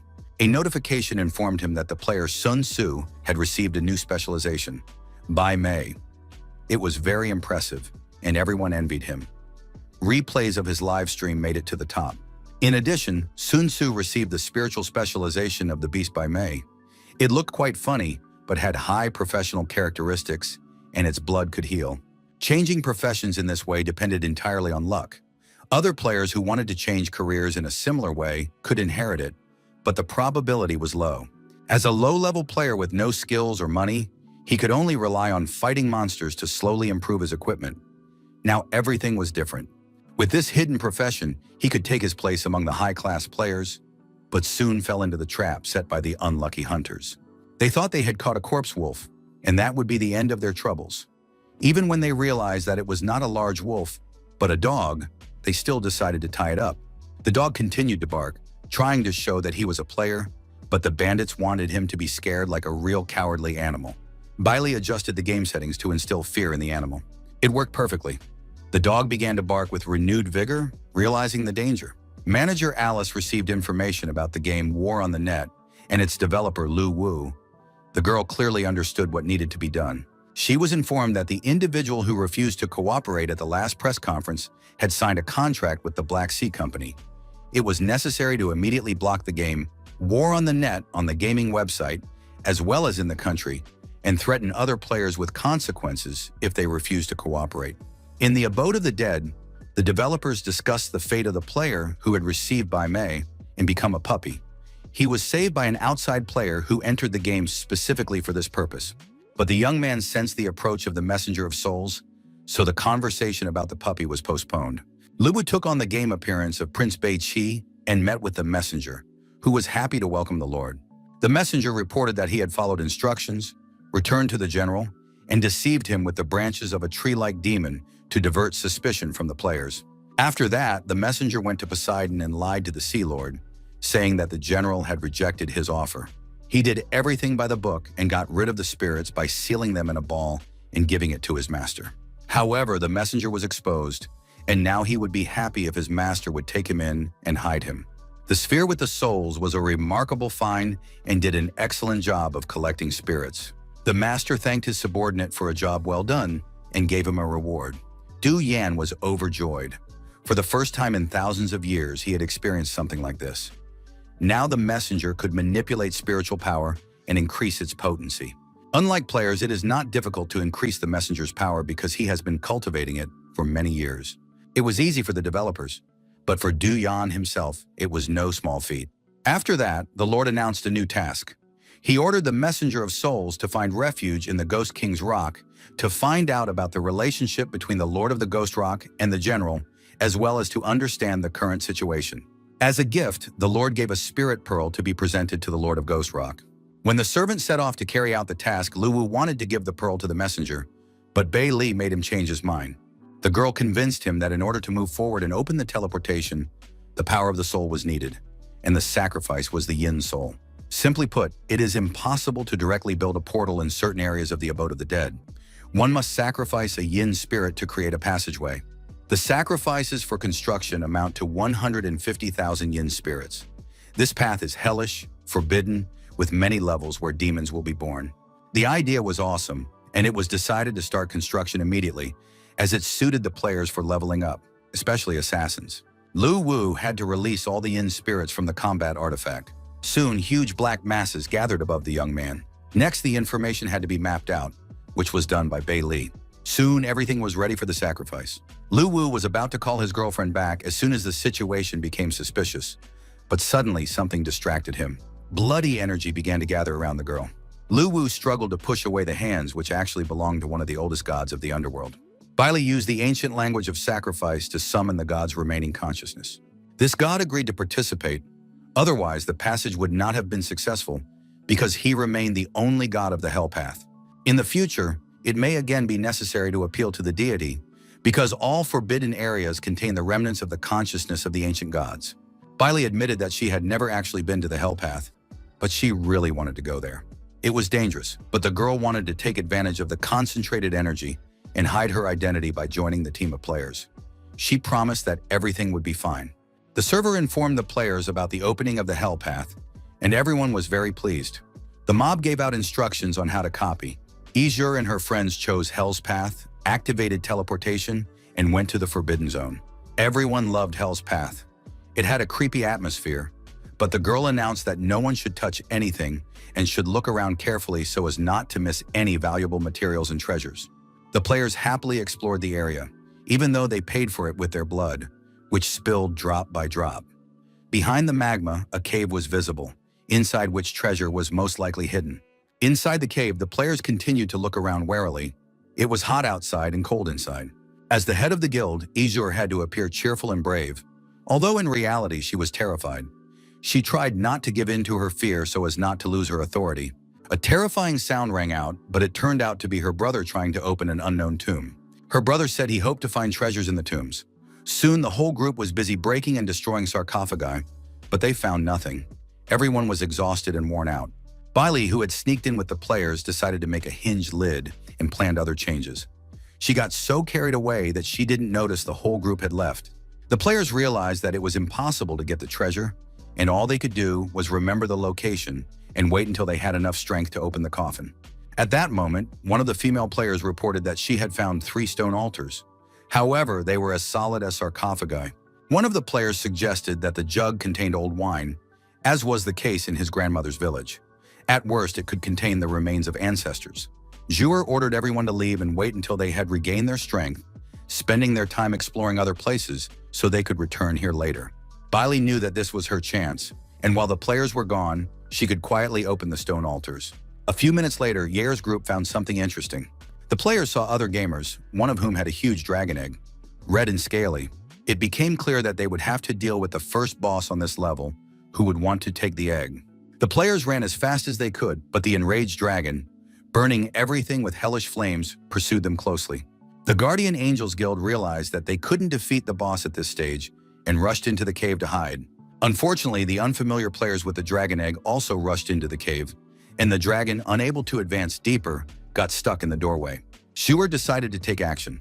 She held a knife to the player's throat and demanded that he give her the dragon egg. The young man said that it was useless, since dragon eggs cannot be taken into personal space. Otherwise, the players would have done so long ago. But Zhuer refused to listen. She believed that the guy had gotten them into trouble by running up with the egg, so she stabbed him with a knife and began to examine the egg herself. The fire dragon was still outside, waiting to come out. In any case, death awaited them. But then the egg cracked, and a cute, smiling little dragon flew out of it. It became Yeshua's personal pet. It was very cute and unusual, but the little dragon looked weak, and its cultivation seemed troublesome and time-consuming. The girl's heart was melted by hugs and kisses, and Yeshua agreed to raise the foster child to make him a good dragon. At this time, Lu Wu was busy creating a portal in his apartment. Soon his assistant returned and announced that it was time for the dragon egg to appear. She participated in the game and used the combat artifact. The pets were still in their infant stage and didn't understand anything, so Bei Li was able to seal them with the artifact. Almost all of the pets were sealed, which caused some difficulties. The fire dragon was still at the beast spirit level with an average rank. Lu Wu praised his assistant for the game updates and announced that he had set the cost of resurrecting pets at 30 coins, considering it an excellent way to make money. The girl was upset. Initially, they wanted to revive the prince in the entire region with the help of an army of players, but now conflicts between players were becoming more frequent. They needed to be united to create a single army. Lu Wu had also thought about this, but the players were different, and it was unrealistic to unite them completely. They needed something to rely on. So the guy developed a way to help them let off steam.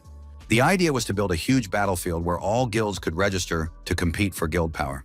The goal of the battle would be to capture the flag. A flag would be placed in the center of each city, and any guild controlling the city could convert the empty flag to their own. It was a kind of large-scale competition for power, which began with a siege in the early stages and ended with the defense of the city. At the end, the best guild would be chosen. Bailey thought the idea was wonderful, but creating this entire competition would require a tremendous amount of energy from engineering structures, and it would take a long time. Lu Wu was happy to tell his partner that they had accumulated 200,000 soul coins, so they could start building the spirit room right away. Soon, the game announced the opening of new professions and research. However, the number of participants was limited. One of the new professions was Sun Arrow. The spirit room was full of different heroes, and Lu Wu wanted to choose someone else. But Bei Li insisted on the archer, who was a courtier of Prince Bei Qi. The Sun Archer was once #1 at the prince's throne. His archery skills were the best in the whole country, and his strength almost reached that of the Ghost King. However, in the battle to destroy the clans, an order was given to attack Archer and kill him. The death of the Sun Archer greatly saddened the prince, and he became helpless. Later, the prince placed the archer's spirit in the spirit room so that future generations would honor his heroic spirit. To use the greatest power, the player must master the essence. But since war in the net is the real world, archery was not available to everyone. Lu Wu used a combat artifact to build a training ground, begin trials, and select the 10 best players worthy of inheriting the heroic spirit. The next day, targets were set up on the training ground, and the number of applicants exceeded 25,000. In the first round, they had to shoot from a distance of 50 meters. Ye Cheng was one of the applicants. In the second round, the results were also almost perfect. The results of the third day amazed everyone. The hits were among the best. The young man took first place and realized that he was a true genius, although he had not realized it before. After the qualifying round, the player gained access to the attributes panel, where he could see detailed information about his career, undergo professional training, and become the heir to the first archer. The Sun Archer was obsessed with archery and trained for decades. Only after realizing the truth in his heart did he achieve enlightenment, prolong his life, and become the #1 player. In addition to his bow and arrows, the archer possessed eagle eyes. His visual abilities were highly developed, and he could adjust the focus of his pupils. Each shot consumed 1 sun breath, as well as additional energy, which was restored every 3 seconds. The archer possessed the ability of solar dispersion, which allowed him to release several arrows at once, as well as a sliding step to dodge attacks. The arrow of destruction combined the solar power of the entire body. After reaching a higher level, it was possible to move on to the second stage of this profession. Ye Cheng changed professions and gained 3 skills, but he was still worried when he thought about it. The player prepared to shoot the bow because he had successfully passed the selection and believed in his genius. However, after shooting all his arrows, Ye Cheng did not even hit the target once. Hitting the target proved impossible. The player failed completely. He realized the seriousness of the problem, and on top of that, he had run out of arrows. After much thought, the young man realized that changing careers is serious work, and if you don't have talent, you won't succeed. Now Ye Cheng was ready to return to his previous profession. It was hot in the Luli area of the underworld. General Shah was tearing his hair out and couldn't calm down. The envoy Du Yan had dared to betray him and forced him to humiliate himself before Poseidon. At that moment, a servant appeared and reported that there were complications with the messenger's capture. The ghostly messenger of souls informed the general that Du Yan had taken refuge in the rock of the Lord of Ghosts, dedicating all the yin spirits to him. This news greatly surprised the general, especially the information about the yin spirits. Du Yan had escaped, taking all of the general's yin spirits with him. The general had recently promised Poseidon that he would pay them, so the situation was dire. Poseidon and the Lord of the Ghost Rock were much stronger than the general. The ghostly messenger of souls suggested that the general change sides, as it was unsafe to remain here, and later a detailed plan of action could be drawn up. The general agreed that at this stage it was not a bad option, and almost the only one, but he was concerned about the fate of the Luli region. The ghostly messenger of souls reassured the Lord. When the general made his breakthrough, he would rule all the lands of Prince Beiqi. The general also believed that this would be the case. All that remained was to wait 10 days. At that time, rain was pouring down on the city, washing away everything in its path. Two men under an umbrella discussed the situation in the game, talking about the guardian angel guilds and the dragon egg. A homeless man overheard their conversation. He rushed after the guys and asked where the fencer they had just been talking about was. The guys didn't want to talk to the dirty ragamuffin, so they said they were talking about the game War on the Net. After that, the stranger retreated. Lu Wu was developing new mobs to make the game more intense and interesting. He came up with a group of chefs, as well as an old man with a goatee who would teach players how to gather herbs for making poisons. The young man thought everything through very carefully, seeing this as the key to fulfilling Lord Beiqi's last wish. He tried to attract as many new players as possible. A phone call informed him that the game War on the Net had taken first place at the end of the month. Wu Gui reminded the young man that it was time to think about the soundtracks. He was ready to help solve all the difficulties associated with this. Lu Wu did not want to invest money in the process, but there was no other way. The music had to be recorded. It became clear that specialists would have to be hired, which would cost a lot of money. Bei Li suggested setting up a fund on the forum to raise money for songs, as well as developing a costume change feature to attract fashionistas. The young man did not listen to her, as his attention was drawn to a strange duel in the game. A level 0 player challenged a level 26 berserker. It looked ridiculous and suicidal. The 0-level fencer continued to provoke the player, who refused to play with such a weak opponent. Finally, he managed to provoke his opponent, who accepted the challenge. The battle began. What should have ended in 2 seconds turned into a worthy battle. The players were evenly matched, striking blows and dodging hits. A player named Mu couldn't understand how this was possible. This weak fencer had just managed to land a dozen blows on him, while the other guy hadn't touched him once. The player realized that he was still alive thanks to his high level of skill and equipment. Initially, he had planned to spare his opponent and not use his skills, but now he decided to fight with all his might. The player activated his slanted edge and rushed at the fencer, hoping to kill him with this blow. The guys clashed in battle. At that moment, there was some kind of disturbance in the spirit room where the inheritance was kept. A few seconds later, the fencer received a notification that he had killed a player named Mu Junga, who had described his opponent as an ordinary and boring fighter. Soon, a congratulatory announcement appeared in the game that a player named Ao Zhang had grasped the heart of the sword and received the secret skill of 10 magic swords. This skill made it possible to compensate for a lack of talent with a sword that could be supplemented from 1 to 10. The developers watched with surprise as the 0-level fencer came to challenge the next lucky player.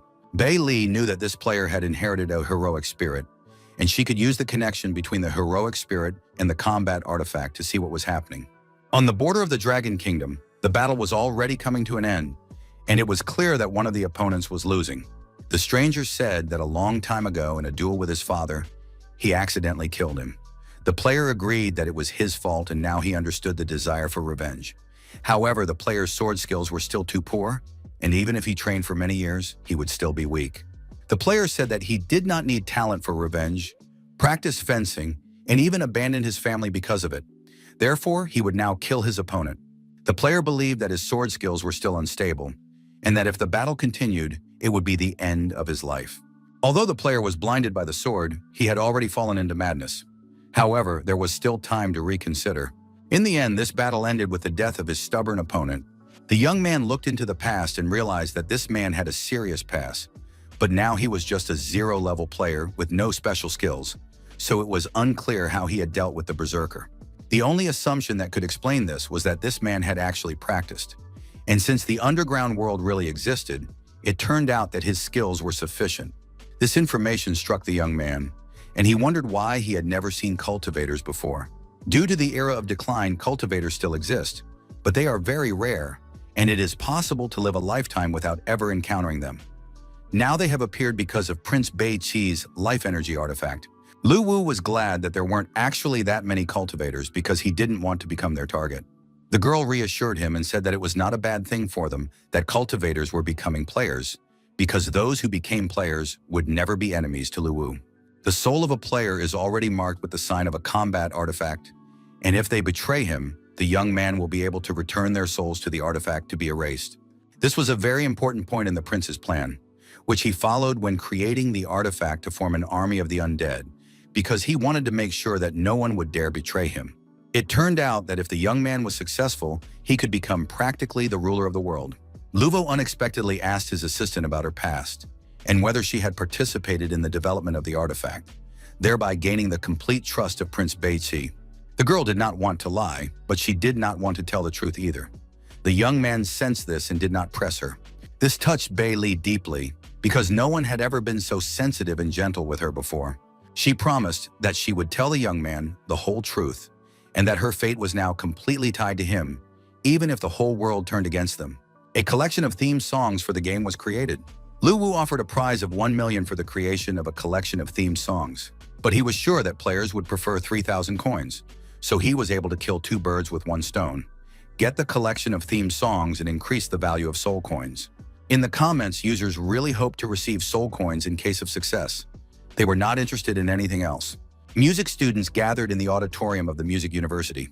A student named Ba Lun wrote a song and asked his friends to help him improve it. The guys were very surprised by this request because their friend had recently become obsessed with the game. But Lun confirmed that he had written the song specifically for the game he was playing. His classmates did not refuse him, and the song was recorded exactly as the musician had conceived it. Lu Wu continued to develop new characters and locations. He did this to the music coming from the tape recorder, which caught the attention of Bei Li, who highly praised it and offered to give her the grand prize. Somewhere far away in the mountains of Katsudo, the player wandered into the mountains because his father, who was now a successful business magnate, had once ended up there completely by accident while testing a flight in a wingsuit. At the top of the mountain, his father met an outstanding man, and thanks to his advice, achieved everything in life. Guyu hoped to also meet this mysterious stranger, who, according to rumors, was already over 120 years old. The man greeted the young man, and it turned out that he was the famous Qi Ming. Of course, it was hard to believe that this man was over 100 years old. Qi Ming said that the sudden appearance of the young man's father many years ago had saved his life. Qi Ming said then that he would help twice, once when he made the man noble and rich, and the second time now to his son. Guyu said that his father considered him untalented and that he only played games, and that he had come here so that the master could help him discover the truth. The master immediately noted that the young man's character was different from his father's, and that if he inherited the family business, he would surely lose it. The master promised to use the 5 ghosts luck technique to pray for the young man and increase his wealth. Under the protection of the 5 ghosts, the young man's financial luck would flourish. And now the master decided to fulfill this wish so that there would be no more worries in his heart. Suddenly, huge, powerful energy flows rushed in, and the master summoned all the energy. The young man realized that his father wasn't just telling stories to trick him. He was truly a master who knew how to use supernatural powers. Qi Ming summoned the 5 ghosts of fortune. A huge dragon from the first level of the game appeared before the young man. He was terrified, realizing that he was facing spirits from the game. Could it be that Master Qi Ming was also a player of War in the Net? Qi Ming continued to summon the ghosts of fortune, ignoring Guyu. The young man calmed down and now truly understood that he was surrounded by spirits from the game, which he and his team usually killed 10 of every day. Soon, the master announced that the spell was complete. After that, he said that his fate with the Gu family was complete, and that he would do nothing more for them when they next met. The young man was curious to know where the master had hidden the virtual projection equipment. The young man was sure that the master was trying to trick him by summoning spirits from the game, because the young Go was having a great time playing it. Qi Ming sincerely did not understand what he was talking about, but the young man insisted that the master was pretending and was himself an ordinary player of War in the Net. Qi Ming was shocked. In fact, he was the descendant of Devil's Luck, and the young man was just a mortal. The young man continued to talk incessantly about the game in the forum. He said that he went by the nickname Lone Invincible and collected spirit coins every day. The master asked again, "What kind of game is this?" The young man's patience was running out. He was tired of repeating the same thing over and over. Gu Yu announced that their relationship was over and that he needed to return to report to his father, while the master should continue to pretend. Left alone, Qi Ming thought about how he had hoped to go into seclusion for meditation after fulfilling the Gu family's second request. But now his state of mind had become unstable. At that moment, the head of the Gu family was playing when his secretary brought him the phone and said that his grandfather was calling. The call was from Chi Ming, who immediately began asking about the game War in the Network. The man replied to his grandfather that he had checked the name. It was a normal virtual game, but it felt very realistic. Something incredible happened. The grandfather, who had left the secular world, contacted the man himself, soon appeared at his place, and asked him to prepare a copy of the game. A long time ago, the man's grandfather left this world, and everyone thought he had died. But then he reappeared when his father was already old and his grandfather was still young, which shocked everyone. Only then did everyone realize that the grandfather had indeed become a hermit, and it was with his help that the man was able to build a large business.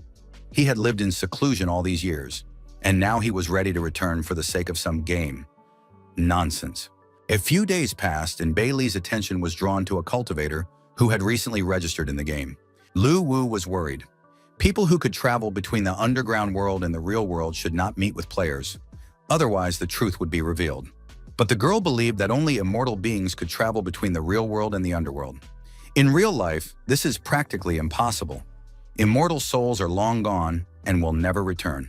They ascended to heaven, and with the depletion of spiritual power in the human world, it is impossible for a strong person to exist. The abode of the dead, the underworld, looked very real. Simon was amazed by what he saw. The game was created in the image of the real underworld.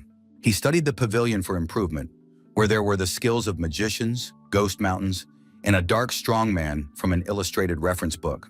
Before putting on the VR helmet, Chi Ming could not understand what kind of power was capable of creating this entire world. Master Chi Ming decided to try the game himself and immerse himself in it completely. He instructed his son to check on the owner behind War in the Net. Chi Ming wanted to know the truth about him. 3 days later, his grandson reported that the owner of the game was an ordinary person with no special past. There was almost no information about the development team, and such strict secrecy seemed strange. They found out everything they could. His grandson sent people to follow the developers, but his grandfather said there was no need. He announced to his grandson that he was ending the investigation because he did not understand what kind of secrets he was investigating. Chi Ming saw the Warrior of Darkness, whom he was able to summon, albeit not completely, and bring things from the underworld into the real world. Chi Ming said that he had learned how to use the summoning of dark warriors in the game, and now he could release them into the real world. Ordinary people cannot use their skills from the game in real life, but a cultivator with a powerful soul can. It turned out that the skills in the game were real, and the owner of the game was just a cover. Behind him was a terrible cultivator. The power of the person behind it had reached the level of the underworld. He was able to travel between the underground and the real world, and could be considered immortal. Under no circumstances should such a powerful force be insulted.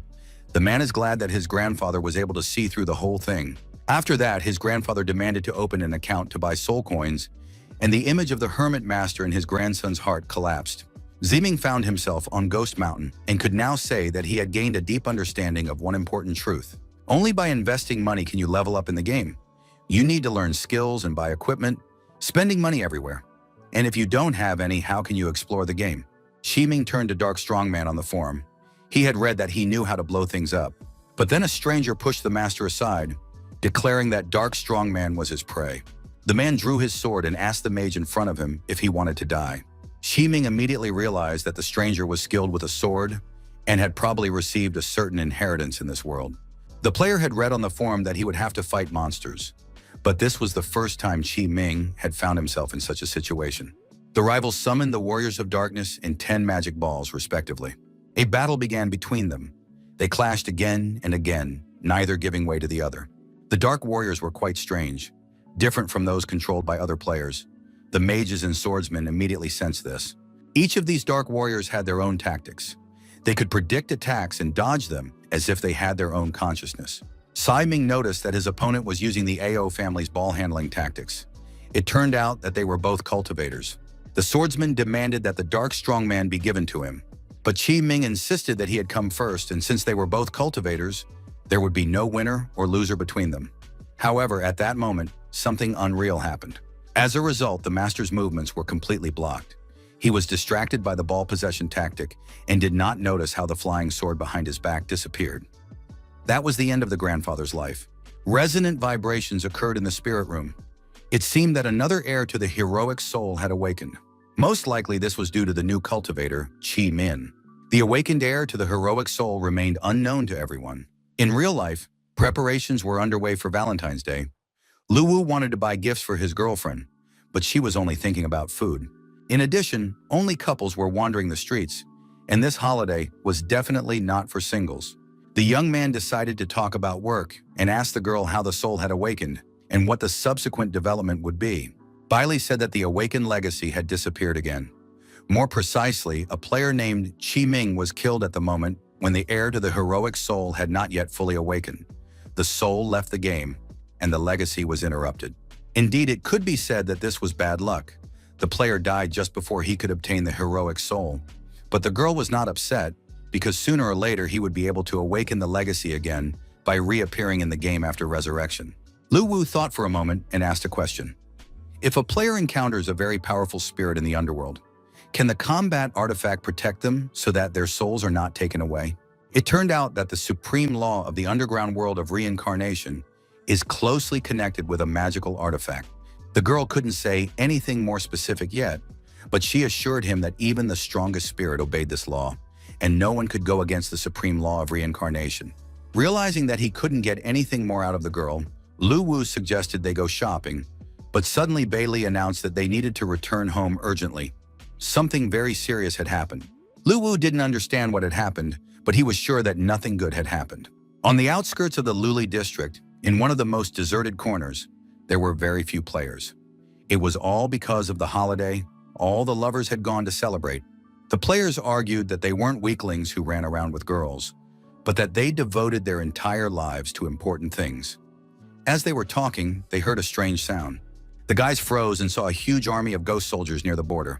There was no end in sight to these troops. The players realized that they would have to rest because they were outnumbered. Now they could die and be kicked out of the game for 3 hours. Life is pain. General Sha Na asked his subordinates what living creatures they had encountered along the way, because he had never seen anything like them before. The ghostly messenger of souls informed his master that he had brought several living creatures and that they could be questioned personally. The soul messenger warned that the creatures were very weak, most likely travelers, and General Sha Na asked them who they were and where they came from. The players stated that they were descendants of Prince Beiqi and did not understand why they were being treated this way, since everyone in the game was on equal terms.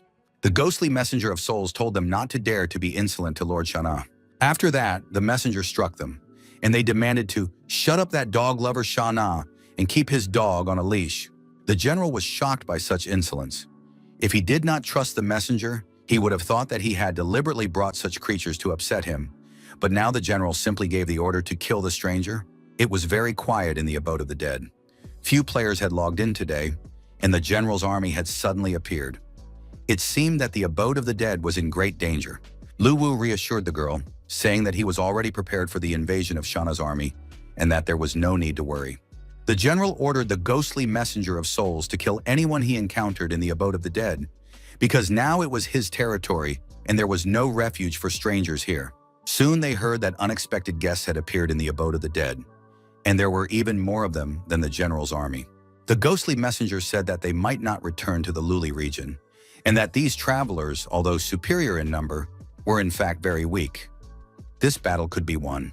The temporary commander-in-chief defending the abode of the dead was Wu Goi, who called on his supporters to kill the scoundrel General Sha Na. Lu Wu had previously posted on the forum about the general's invasion, but he did not think that so many people would join during the holiday and that the commander-in-chief would be Wu's own brother. The players, led by Wu, prepared for the attack. The general's army was also ready.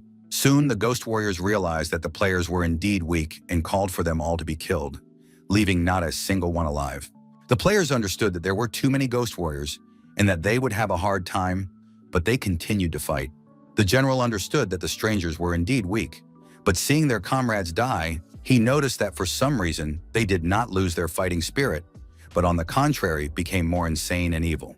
It seemed that they were not afraid of death, and since they were not afraid, the most terrifying monster came out to meet them to satisfy their madness. The ghostly messenger of souls believed that these nobodies did not deserve to be killed by the general himself and asked that this be conveyed to his subordinates.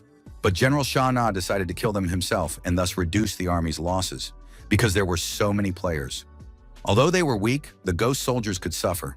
The general rushed into the attack, and soon the players' camp was almost completely destroyed. Of course, in a head-on collision with the current strength of the players, it was impossible to defeat the general's army. In addition, Sha Na himself entered the battlefield. It seemed that everything related to the abode of the dead would be lost. However, it turned out that Lu Wu had a plan, and if everything went as he intended, reinforcements would arrive soon. After that, requests poured in from powerful players asking for permission to join the battle, and the young man allowed anyone who wanted to join. These were non-player characters who were originally created for entertainment, but in the end, they felt an incomparable hatred for the general and wanted to prove their loyalty to Prince Beiqi. The general had already tasted victory and, destroying ordinary players, called them brats and weaklings. At that moment, the demon Lu stepped forward and addressed the players, saying that he would cover for them. The other NPCs followed suit, ready to stand up for their players. The players were stunned to see such support and decided to unite against the general. The general was unable to immediately identify the new participants in the battle and thought they were the same players he had killed before. It was very difficult for the NPCs. They were holding back the general's attack with their last ounce of strength. Bailey understood that although Lu Wu had added NPCs, their mental powers were limited, and it was difficult for them to resist the general. But the young man remained calm and confident that the outcome of the battle was not yet decided. Many of his assistants had not died in vain. They had bought time for the players. The real battle was just beginning, and the game was no longer just a game. The characters had become real friends. At that time, most of the strong players were celebrating Valentine's Day and learned of the death of their friends quite by accident. No entertainment could cheer them up anymore. The players felt it was their duty to urgently return to the game and join the battle to avenge their comrades. Gamers on the battlefield broadcast live, showing everyone their strength of spirit and determination. The guilds of guardian angels and great dragons rushed to the aid of their comrades. The players' troops returned and new characters appeared before the general, stronger and more advanced than ordinary players. The general sincerely did not understand where these players came from, because the abode of the dead had never been covered by a solid army due to a lack of resources, which was why the general had moved here. As a result, he faced so many strangers that he could not kill them all. They were all like madmen and completely fearless of death, so Sha Na ordered all his troops to rush into the attack. The young man realized that the enemy was trying to raise the morale of the ghost army with the drum beat. But this was not a problem for the players. Now the main song of the game was playing, and the attack began to this musical track. United by a single idea, the desire to win, wonderful beats, and the lyrics of the song, the players lined up for the attack and went after the ghost army. The demons did not understand what was happening. It was obvious that the players had almost no strength left, but under pressure, they rushed into battle again. It was pure madness. The general yelled at his troops not to be confused. Although the strangers were numerous and insane, they were all weaklings. It was still a battle, and the ghostly army had the advantage. But suddenly, the general recognized some of the players and realized that the strangers had mastered the power of the path of hell and were supported by their ancestors. At that moment, one of the players said that he had spent a lot of money to buy soul coins, collect the necessary materials, and become the first rune knight in the game. And now the moment had come when he could demonstrate his power. General Sha Na immediately sensed the threat from the rune knight. The ordinary warriors realized that they were no match for him and ran away. The general was shocked. With each passing minute, more and more new players appeared, and he began to think that Prince Beiqi himself might soon appear on the battlefield. Qiming enjoyed what was happening. He did not think that at the twilight of his life, he would see such a magnificent battle. The puppy did not stand aside either. He joined the mythical guild and was supposed to heal his comrades in arms. The puppy immediately healed all the wounded, and under the leadership of Wu Gui, the players launched another attack. 4 hours of terrible battle passed, and it became clear that the general's army could not hold out. The ghostly messenger of souls warned the Lord that there were too many strangers, and the ghostly warriors began to lose confidence. After that, General Sha Na ordered his troops to retreat, and the sight of the fleeing demons genuinely surprised and shocked the players. It was approaching 8 o'clock, and the battle was already reaching the shores of the underworld sea. There was nowhere left to retreat. The players had no intention of giving up and continued to chase the monsters. The general sincerely did not understand how such a brutal people could exist. The monster expected that by killing some of the players, the rest would be terrified. He did not expect that. On the contrary, they would become even more enraged. It soon became clear that the players had caught up with the general, and he realized that he would not have provoked these madmen if he had only known their nature. The ghostly messenger of souls began to get nervous and demanded that her master come up with a plan quickly. But the general's plan was to abandon his army and flee alone, leaving even his loyal servants behind. The Rune Knight did not want to let the general escape and rushed into the attack. But the Rune Knight did not have enough strength, and in the next moment, the general killed him. The general was glad to have dealt with their leader, although these restless heroes had gotten on his nerves. Seeing this, the players decided to avenge the Rune Knight and intensified their attack on the general. They used their most powerful techniques against the villain. The monster continued to scream desperately that he would not die so easily. And indeed, there was a huge, powerful explosion that shook the entire underground world. When the smoke and fire cleared, the wounded general crawled on his belly, feeling his strength ebbing away. He needed to jump into the sea and escape urgently. It was his last chance. General Sha Na flew up, realizing that the players had won today, but he would definitely gather his strength and kill them all. The players knew that things were bad and that the villain was escaping. The gamers thought there was no way to stop the villain, when suddenly a fiery arrow whistled over their heads. It was the moment of glory for the archer, who had been repeatedly laughed at. It seemed that the young man had hit the target, and now his destiny was clear.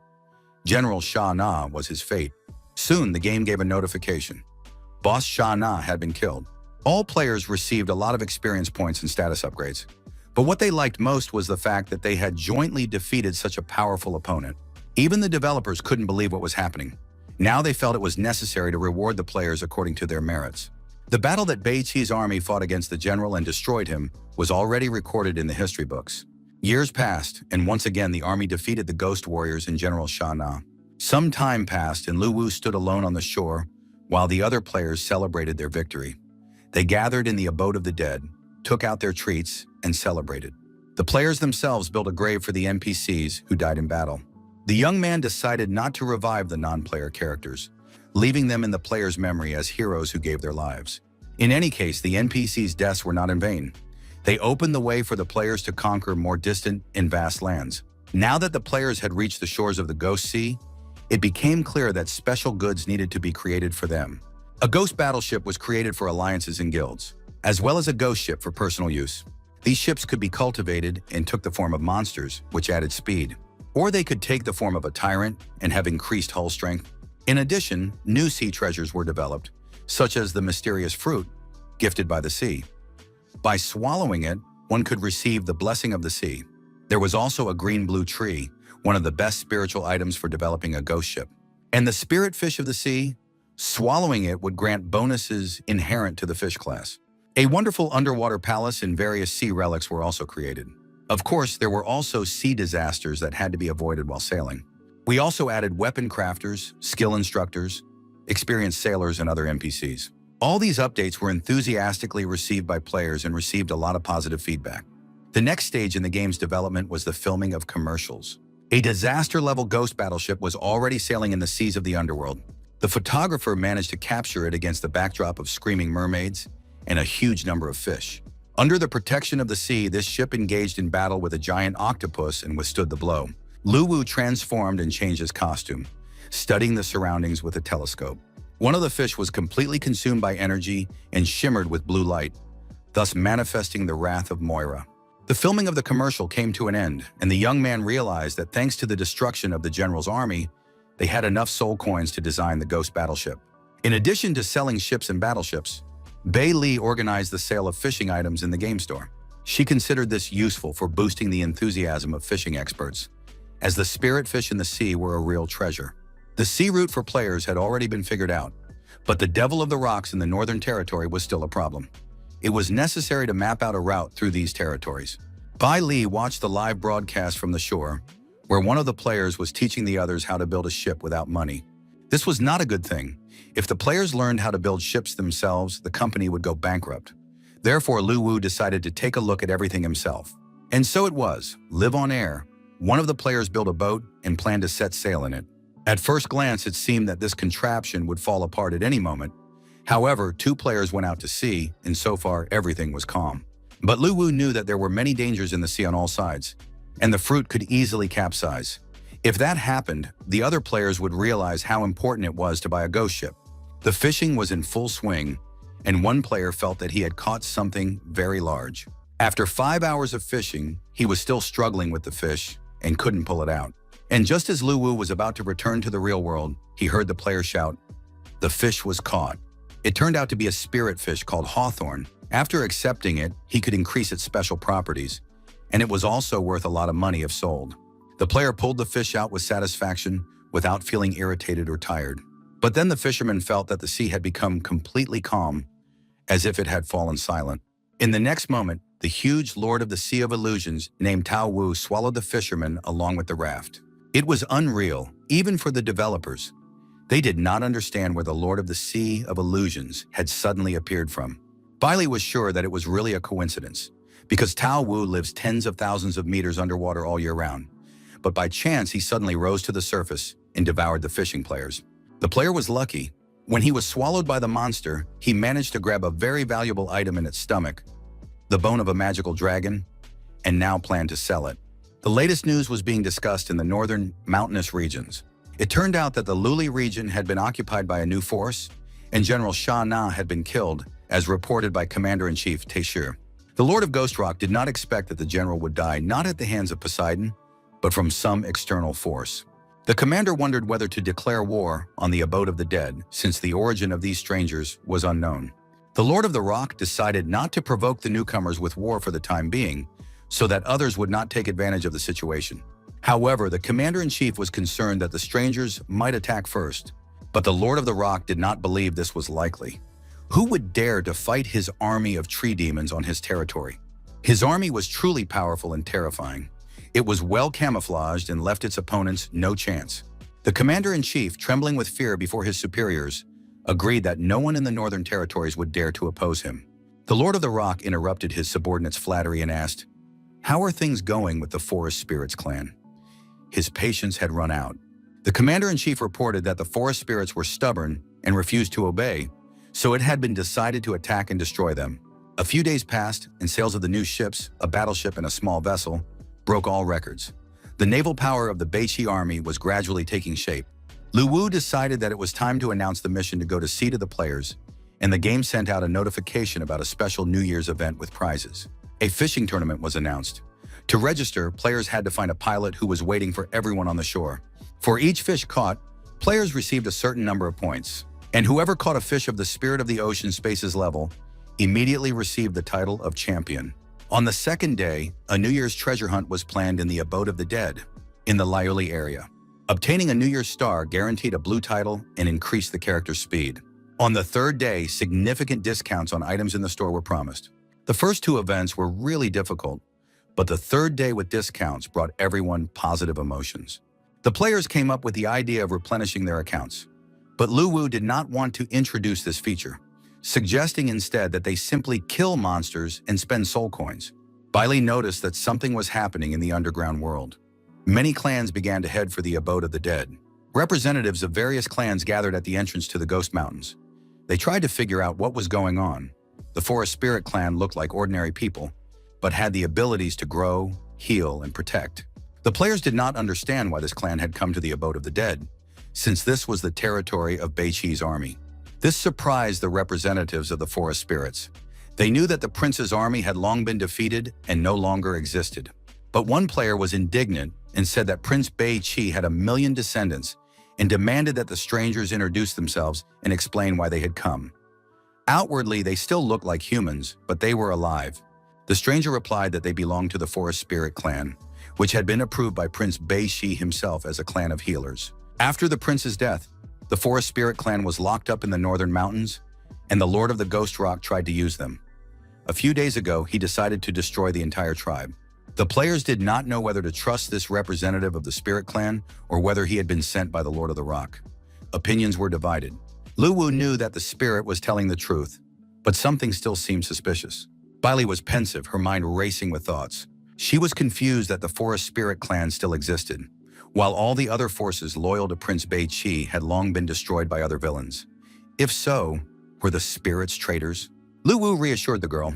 The messenger who secretly worked for the Lord of the Rock had already reported on the situation. The Spirit clan had survived because the Lord of the Rock wanted to use them to increase the combat effectiveness of his army. He forcibly took the spirits away and held them captive, thus protecting them from other villains. This was because the Forest Spirit clan was weak in combat, but possessed healing powers, which appealed to the Lord of the Rock. They resisted to the last, and now the players did not want to believe them and were going to check their signs. One of the gamers said he didn't trust the spirit and suggested going to the butler of the Abode of the Dead to find out the truth. The Forest Spirit was surprised. How could there be a butler of the Abode of the Dead? He had served Prince Bei Chi for so many years and had never seen a butler. When everyone arrived at the Abode of the Dead in the main temple, there was no end to the tears of joy and happiness. The butler could not hold back his tears, for he did not believe that the forest spirits could have survived after the prince's death and the villain's seizure of the land. The Spirit Clan, of course, did not know this butler. He had been created by Lu Wu recently, but he recognized the spirits thanks to the information provided by Lu Wu. The players were satisfied, having received confirmation that they were not facing enemies. The players were happy that they had killed the general and avenged their comrades, and now they were going to deal with the Sea King and the Lord of the Ghost Rock in the Northern Territories. It was decided to revive Prince Bei Chi's army and rule over the entire underground world. The Spirit's plan covered the basics. These people had destroyed the general and now were going to defeat the Sea King and the Lord of Ghost Rock. The players got along well with the Forest Spirit clan, so Lu Wu asked the manager to take them with him to make a vow before the military artifact. After the artifact received the Oath of Allegiance from the Spirit clan, Lu Wu slightly altered their memories and made them a new type of NPC. Soon, the Forest Spirit clan will be able to integrate into the player community as military doctors who help players stay combat ready for longer. In addition, many romantic interests arose between the representatives, so it was necessary to establish a level of intimacy protection. Since the clan of Forest Spirits became partners, it became necessary to organize a place for them to live. It was decided to settle them on the border between the Abode of the Dead and the Luli region. The Forest Spirit healer was very upset when she was unable to heal a mortally wounded player, but he was not worried because he knew he would return in a few hours as good as new. Another player dreamed of dying as soon as possible and asked his colleague to help him so that he could return to the game with full strength. In general, the Forest Spirit clan has not yet figured out when to heal players and when to kill them. A few days later, the players and the Forest Spirits went into another battle. They killed monsters together and did pretty well overall. But sometimes the monsters killed players, and they wanted the Forest Spirits to heal them faster. The Forest Spirits already understood. There was no need to worry too much. In 3 hours, the player would be resurrected as good as new, and with such a wound, he could not be saved. They decided not to heal the next player either. His arm looked bad, his leg too. Better not to waste time and die first as a sign of respect, so that they could then help the other wounded. The fairy went to treat others with lighter wounds, although the player thought he could still be saved. It seemed that the initially kind nature of the Forest Spirit clan was gradually becoming insensitive after communicating with the players. Unfortunately, all living creatures change under the influence of society and their environment. But Lu Wu's attention was drawn to a completely unknown sound. A huge clock appeared in the sky. It came out of nowhere, even though there had never been anything like it there before. It was New Year's Eve in the Sea of the Underworld. The clock struck the countdown, signaling the arrival of the new year. This was followed by festive fireworks, and the official start of the fishing competition was announced. The players really liked the clock in the sky, and combined with the fireworks, the atmosphere was truly New Year's Eve-like, just like in the real world. One of the first fishermen to catch a fish and earn a bonus was a dog who caught an island tooth, a sea spirit-level fish. One of the unlucky players mentally cursed absolutely everyone while waiting for a bite. But soon he got lucky. The rod vibrated in his hands and he pulled out not just a fish, but a special sea spirit-level fish. The player was absolutely happy but did not want to sell the fish, considering it unclean blood. Soon, however, he roasted it. Even though the fish looked strange, it smelled delicious. There was a strange player who preferred to eat a rare fish instead of selling it. But every player makes their own choices. Bai Li, who loved to eat, understood him like no one else.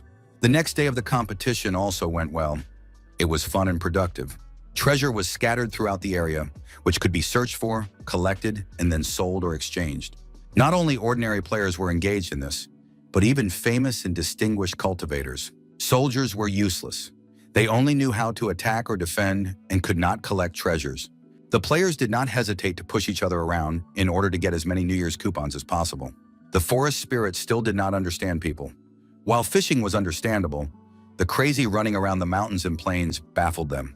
The little representatives of the Forest Spirits clan went with the people to run and collect colorful coupons. After that, they counted the coupons and handed out prizes to the winners. The New Year's messenger was in charge of counting and selling the necessary items for the earned coupons. The summoned demons helped collect many New Year's coupons, and the player received a hidden profession. This profession was called Ghost Beast. It could summon spirits and cause destruction, and outwardly resembled a flying horse with horns. With its help, it was possible to summon various forms of ghosts for one's needs, and as the level increased, the number of summons increased. The third ability was to mobilize the powers of the Ghost Beast in the body and deliver a devastating blow. The third day of the event arrived, and all items in the store were discounted for the new year. The event had only just begun, but the goods were almost sold out, and the players' enthusiasm for the discounts was enormous. Lu Wu had spent the first 2 days creating them and was now going to focus on making money. Taking advantage of the situation, Bailey offered players a collection of new fashionable uniforms. While the bidding was going on, Bailey noticed that a player had appeared on the Cliff of Despair. The developers immediately went to check it out and saw a couple, a Pestle and a player named Gu Yu. Posel smelled alcohol and told his partner about it. Soon they approached a strange wooden house. Perhaps some wise man lived there, and the player knocked on the door just in case.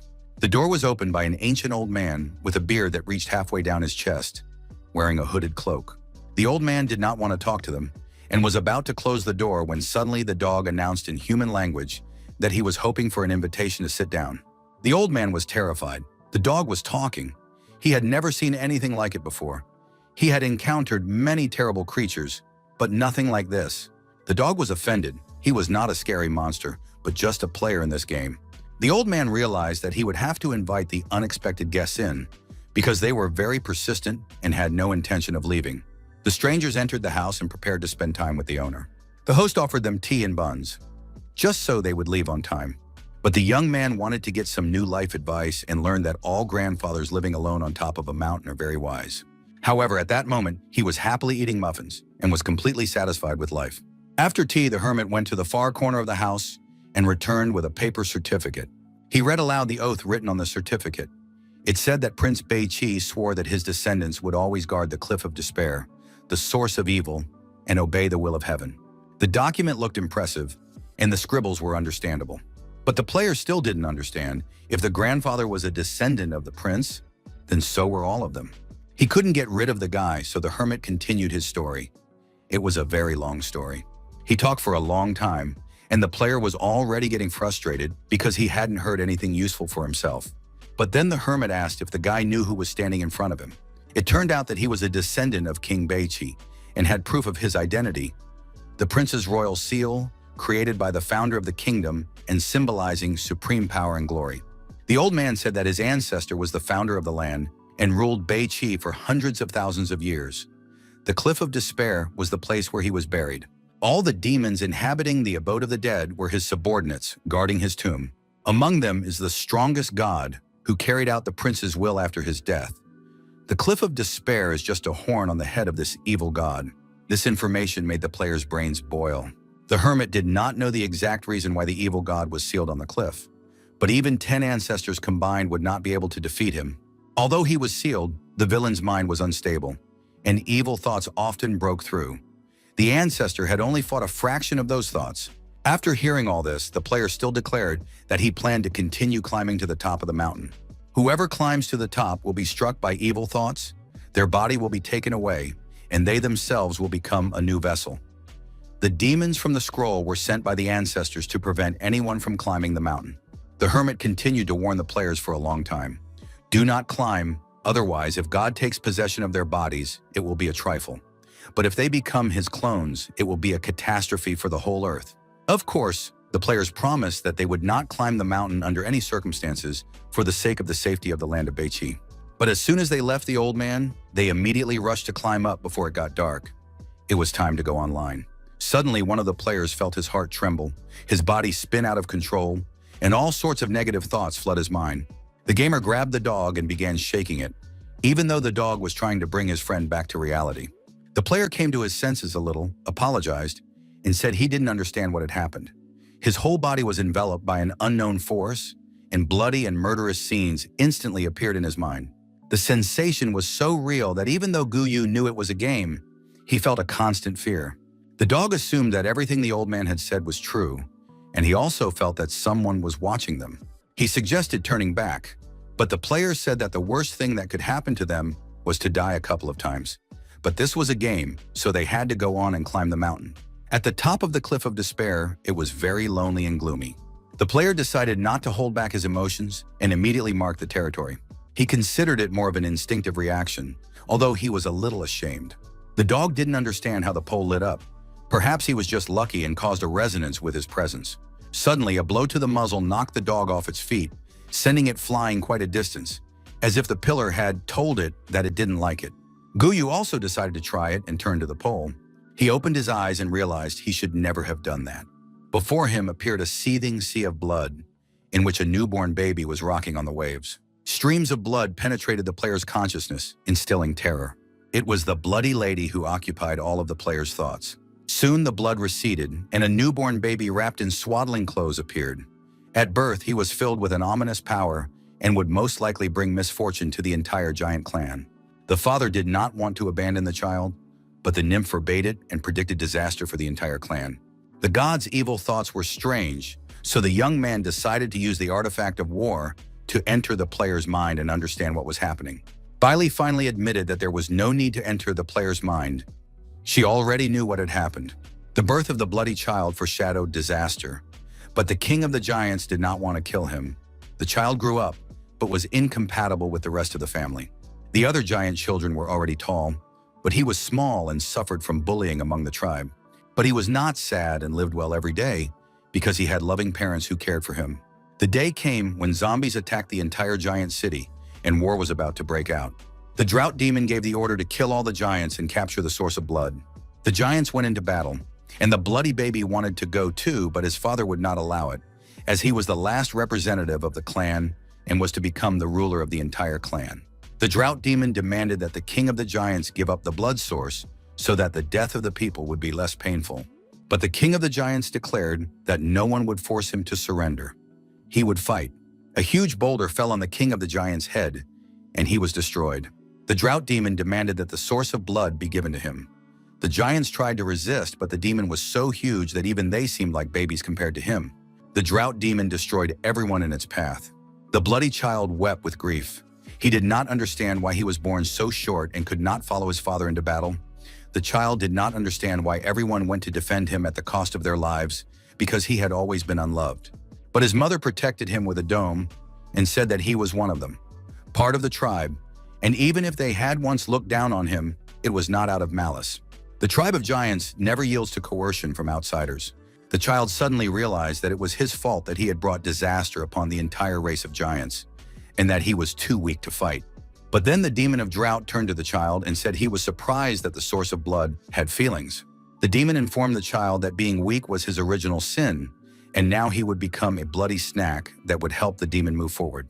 The child did not want to accept such a fate, and did not want to live in a world where he would be the only survivor. Therefore, the baby decided to destroy the whole world.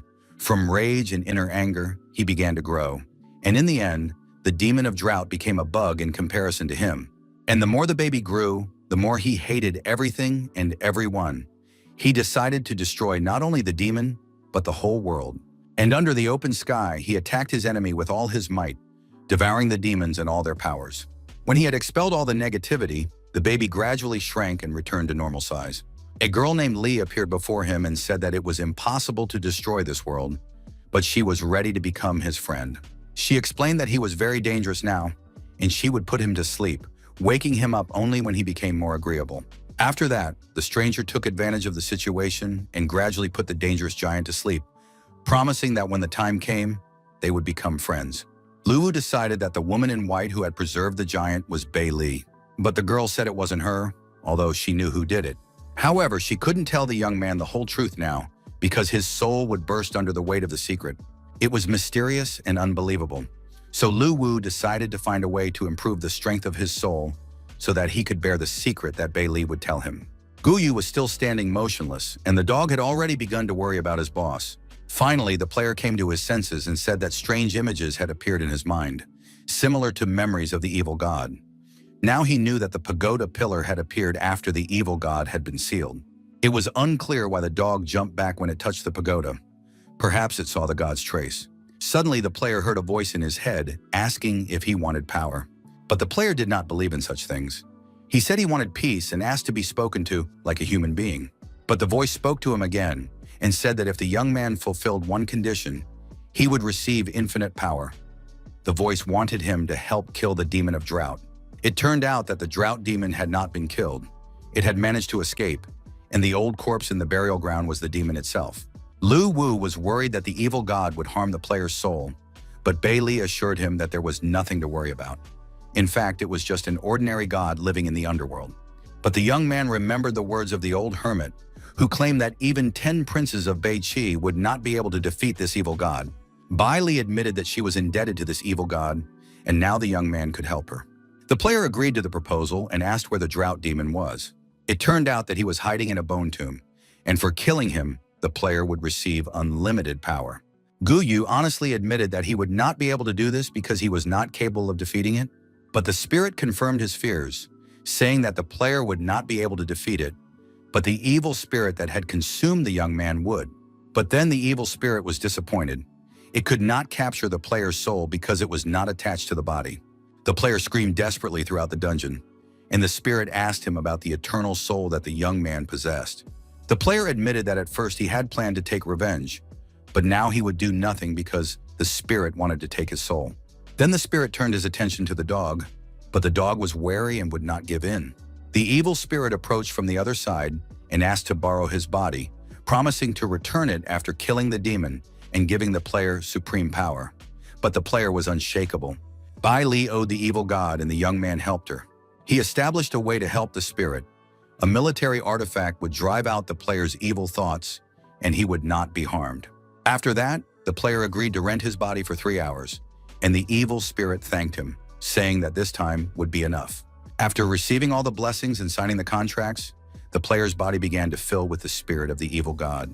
The player felt unprecedented strength, and it seemed to him that he could crush 10 Shana generals with one hand. Finally, complete reincarnation and transformation took place, and the evil spirit promised to return the body after completing its business, and kept its promise. Having said this, the evil spirit in the player's body rose into the sky and flew away, and the dog began a live broadcast announcing that his boss had turned into a great evil god and was going to bring disaster to the entire land of Beiqi. 2.5 hours later, the bone tomb was pierced by a huge bloody comet. Inside the fiery blood ball, someone was present, possessing insane power. The evil spirit in the player's body, standing on the tomb, addressed the drought demon, saying that he knew the demon was there and offered to come out to die. Gu Yu continued to summon the drought demon and demanded that it appear for a fair fight. The player, not waiting for the enemy to appear, began to pound the burial mound where the drought demon was locked up with his fists. Finally, the demon's soul was pulled out of the tomb, and the player hoped to destroy it. The young man was working with the bloody evil spirit of the underworld, to whom he had leased his body. His hand was raised for the final blow. The drought demon could not believe that the bloody evil spirit had become strong again and could harm him. But then the bloody spirit used the 8-armed demon option against the entire enemy. The drought demon began to restrain his opponent and bind his hands and feet, amazed at the audacity of the bloody evil spirit, who had taken advantage of a human body. The developers watched what was happening, and Bei Li was worried, because the evil spirit was strong, but only a trace of evil thoughts remained from it. Lu Wu wanted the evil god to be able to get rid of his anger and negative emotions in order to become a true god, and the young man helped a little with his artifact. The bloody evil spirit felt a powerful surge of strength and was able to break the bonds that bound him. The drought demon did not understand what was happening. He felt that some external force had helped his opponent, but he could not understand who it belonged to. But no one was going to answer the drought demon's questions, and soon he was completely finished. Justice prevailed and the seal of evil was set. The power was insane, and the players did not understand how it was possible to gather such power, even if they played the game their entire lives. The drought demon did not want to give up, because he had been hiding in the tomb for so long and hoped to still get out of it. The evil spirit killed the drought demon, but his end was also near. At the same time as his enemy, he felt that he could no longer resist, and the player who had rented out his body flew away. Circumstances were such that both the evil spirit and the drought demon were frightened. The evil spirit had effectively lost its fighting power after encountering only a cauldron. It turned out that this was one of the most powerful gods who ruled life and death in the underworld, Emperor Dunyu, who along with 2 other emperors truly possessed divine power. The underworld is vast and divided into east and west. Even such powerful gods as the three great emperors are only rulers of the eastern underworld. Luwu wanted to know what connection the evil spirit had to Emperor Dunyu. It was probably somehow related to the evil spirit's previous life, but it was not known exactly why the emperor was taking revenge on him. In the end, circumstances unfolded in such a way that both opponents were neutralized by Emperor Dunyu. The evil spirit could not win because he had signed a 3-hour contract, and the time was almost up. Guyu received notification of the end of his reincarnation and felt the blood evil spirit leaving his body. The spirit resisted with all its might. It did not want to accept reality. It had suffered for hundreds of thousands of years, and today it finally had hope of killing the drought demon. They could have said or done something to each other, but both were destroyed by a third force. And some strange skeletons rushed after the player, but the dog was happy that his boss had returned. Deep underground, on the cliff of despair, the evil god had to restrain his power. The old hermit, placing his hand on the rock, said that the chains binding the evil spirit were connected to the pagoda at the top of the mountain, and the evil spirit would never be able to break free from them. The spirit could not calm down, for he had finally waited for his chance and had almost accomplished his revenge. It was unknown how many thousands of years he would have to wait for the next time. The evil spirit begged the old man to free him, promising him infinite power in return, but the old man did not believe his words and said that he was the only one willing to simply talk to the spirit. Then the bloody evil spirit asked the old man to bring the young man here, the player whose body he had recently used. The spirit swore that he would no longer take over a human body, but he had to fulfill his promise. The old man began to transform, and the bloody evil spirit realized that the hermit would help him. He was glad to find himself in a situation where such a monster was asking for help. Guyu was trying to escape from the skeleton dogs when he felt a magical force surround him and pull him into a whirlpool. The spirit of drought could not understand where the mortal had disappeared to, for his faithful servants had pursued the player until he vanished. The young man and the dog found themselves at the top of the cliff of despair in front of the door of an abandoned house. Could it be that the evil spirit had brought them back here and saved them from persecution? An old hermit opened the door and asked what they were doing there and why they had come back. The player did not answer. He ordered the dog to sit and wait and set off in an unknown direction. Guyu said that he had dropped something on the way and would go find it. He would not climb the mountain, but would leave the dog with the hermit, which was exactly what was needed since he had helped the evil spirit. At the top of the cliff of despair, near a huge skeleton, the bloody evil spirit appeared. The player told him that he had come for what he had promised because he had fulfilled his part of the agreement, although he was worried that the evil spirit would simply kill him. But soon the player felt his body fill with energy, and a notification came that he had become an apostle of the evil spirit and received the power of blood. These abilities allowed the player to recover quickly from injuries, expend less energy, and summon hellfire that burned a large area around him. The young man could also manipulate blood and absorb it, quickly restoring his energy and health. After activating his gaze, all targets looking at the player would be consumed by negative emotions and find themselves in a state of chaos and weakness. Guyu was dissatisfied because he had to destroy his rune warrior profession to obtain the inherited power of the evil spirit. The player wanted to have 2 professions, but the developers deliberately destroyed the rune warrior and had no intention of restoring it because they wanted compensation for their work. The evil spirit asked the player if he wanted to become strong.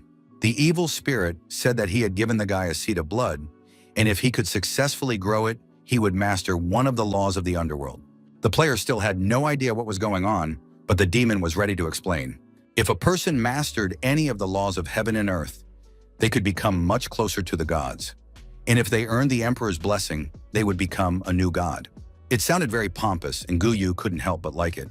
Soon the player came to his senses and realized that he needed to be more modest, because now the evil spirit had become his boss, and he was ready to learn how to become stronger. The difficulty of growing blood seeds was that it was a very long process. However, the evil spirit could help speed it up, and the guy was ready for anything. The evil spirit said that the drought demon had changed its hiding place, but its breath could still be felt, and he asked to find and kill the demon. To do this, he needed to go to the city of evil nightmares. Guyu agreed to fulfill this request. The task is not time-limited, so he will calmly level up, and the guild will continue to expand, and the player will have a chance to complete the mission. The evil spirit warned that when the player goes to fight the drought demon, he will not be able to escape death. Isn't the guy afraid of that? But none of the players were afraid of death, simply because the evil spirit did not realize that in a couple of hours, the players would be brought back to life. After the players saw the live broadcast of the battle between the evil spirit and the drought demon, many began to want to become stronger. This topic was discussed on the gaming forum. Magic players were particularly outraged, cursing the developers for not increasing the power of mages. They called the developers clueless and incapable of planning. In the end, the guy realized that he had to do something about it. Lu Wu created a template for mages and updated it. Now Mac had become a true pentagram. He received the body of water and could use himself as a source of spells, performing ultra-long range and large-scale attacks. He obtained the body of earth, which allowed him to control the power of the earth using comprehensive abilities aimed at control and self-defense. The body of gold provided powerful protection for a short period of time. The bodies of wood and fire were similar and also expanded the capabilities and abilities of mages. A new NPC, the Destroyer, was also created and added, specifically designed to help mages change professions. Initially, the young man planned to release 3 mage templates, but the players did not want to wait, so he prepared a template for changing professions. But Bei Li's attention was drawn to movement in the sea zone, and she was no longer listening to her partner. A battleship called the Evil God was sailing in the Sea of Illusions. The players decided not to create a cool look, but to focus on stability. Representatives of the Evil God Guild were on the ship with their leader. The guys sailed to the island of Fallen Fish and were surprised to see houses in some kind of abandoned village. Strange humanoid creatures that did not look very friendly came out to meet the players. They belonged to the Karas tribe. The players did not know how aggressive these creatures were. Perhaps they were normal people, or maybe they were wild monsters. After a short time, a large cauldron in the middle of the village began to boil, and it became clear that these monsters' skills were too strong, despite the players' good equipment. It was very exciting. The guys had just arrived and they were already about to be eaten. But unfortunately, they couldn't leave the game and were forced to hang around, waiting to be cooked. One of the players couldn't calm down and said that he wanted revenge, because he had never been eaten in his life, and whoever dared to eat him would pay a high price. At that moment, one of the monsters approached the guy. The savage opened the bag, took something out of it, and stuffed it into the talkative player's mouth. It turned out to be spices. Not only did the savages want to eat them, but they also wanted to stuff them. The players realized that they could not resist and were ready to eat all the spices so that they could be killed quickly and start the game over. Watching what was happening, Lu Wu did not like the fact that the development of the marine zone began with stuffing the players with spices and eating them. At this time, the capital of the Dragon Kingdom was also in turmoil. Liu Pan, who had previously been eaten by the fish people, decided to take revenge on them. The Evil God Guild assembled a new expedition because the players could not bear such humiliation, and having prepared themselves, set off for the island of Fallen Fish. The guys returned, despite the fact that they had recently been eaten here, but their desire for revenge was strong. The guild spent a lot of money and hired dozens of professional players. They would avenge their humiliation. The guys could no longer hold back, and full of rage and determination, rushed into the attack. One of the monsters began to blow a horn. The players did not know what this would lead to, as the monster might be calling for reinforcements. The guys decided not to worry ahead of time and hope for help from the pros. But in a few moments, they were surrounded by huge fishmen. Soon, 3 huge cauldrons were bubbling in the middle of the village. This time, the locals were planning a real feast. One of the players tried to figure out why they had been hung and why they weren't simply killed. Meanwhile, the fish people discussed what was happening among themselves and were generally satisfied with the upcoming dinner. Those players who found themselves in this situation for the first time were overly talkative, speculating about what further events would lead to. The fish people looked at them with interest, and they had bags of spices in their hands. Soon, the most talkative players were stuffed for their chattiness. Some players even liked the spices, but it was disgusting that they were not angry and did not want revenge. It was simply shameful to be in the same fire with them. When they were finally thrown into vats and boiled, the players decided not to tell others about their disgrace. Soon, the second camp of players was destroyed, and all the food was cooked. On the forum, one of the participants said that he had found the children of the ocean who lived on the island, and there were quite a few of them. A few days later, newcomers eager to explore Pachaya Fish Island arrived by ship. They had read that the indigenous people were very hospitable. The fish people also looked at the new arrivals with interest and did not understand what to do. They could not fish or hunt because they knew that food would soon arrive. The fish people did not understand why these sick creatures were coming, knowing that they would die. Where did they get this courage and determination? The situation with the death and consumption of players was happening constantly. New players arrived and became food, all because the evil God Guild did not tell the truth. Lu Wu believed that soon the players would not be able to hold back and would tell everyone what was happening. Although the guy understood that most likely it would be the fish people who would not be able to hold back and would tell the whole underground world the truth. In the underwater world of the illusory sea, a representative of the Crucian carp tribe came to Poseidon. He complained that creatures came to the island of fallen fish every day to die. The poor fish people could no longer tolerate it. Poseidon said that this was excellent because now the Crucian carp tribe would be able to raise their children normally and not worry about hunger. But the problem was that after the people were boiled, they turned into mist and disappeared, and the poor fish people had nothing to eat. Poseidon sent a big hammer to lead the group of fish people, protect the Crucian carp tribe, and learn the story of the creatures who came on ships. A few days later, the developers decided to go to Fishfall Island to watch the show. Everything on the island was as usual. Players arrived on ships despite the huge number of those who had been deceived and eaten. The sea monsters could no longer tolerate this influx of players.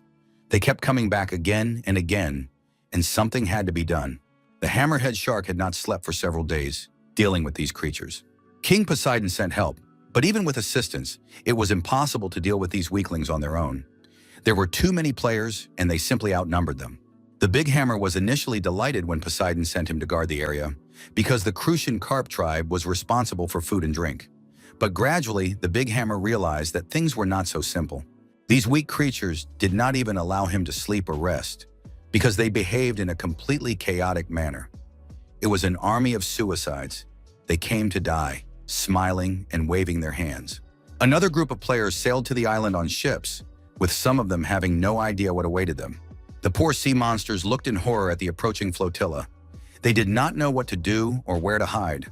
As the sea monster troops grew, so did the suicide army. It was some kind of mockery, but the sea monsters had no choice, and after complaining to each other about their unfortunate fate, they set out to destroy these suicidal creatures. The hammer sailed up to one of the ships and easily smashed it. He could no longer tolerate their return and wanted to bury all creatures in the sea.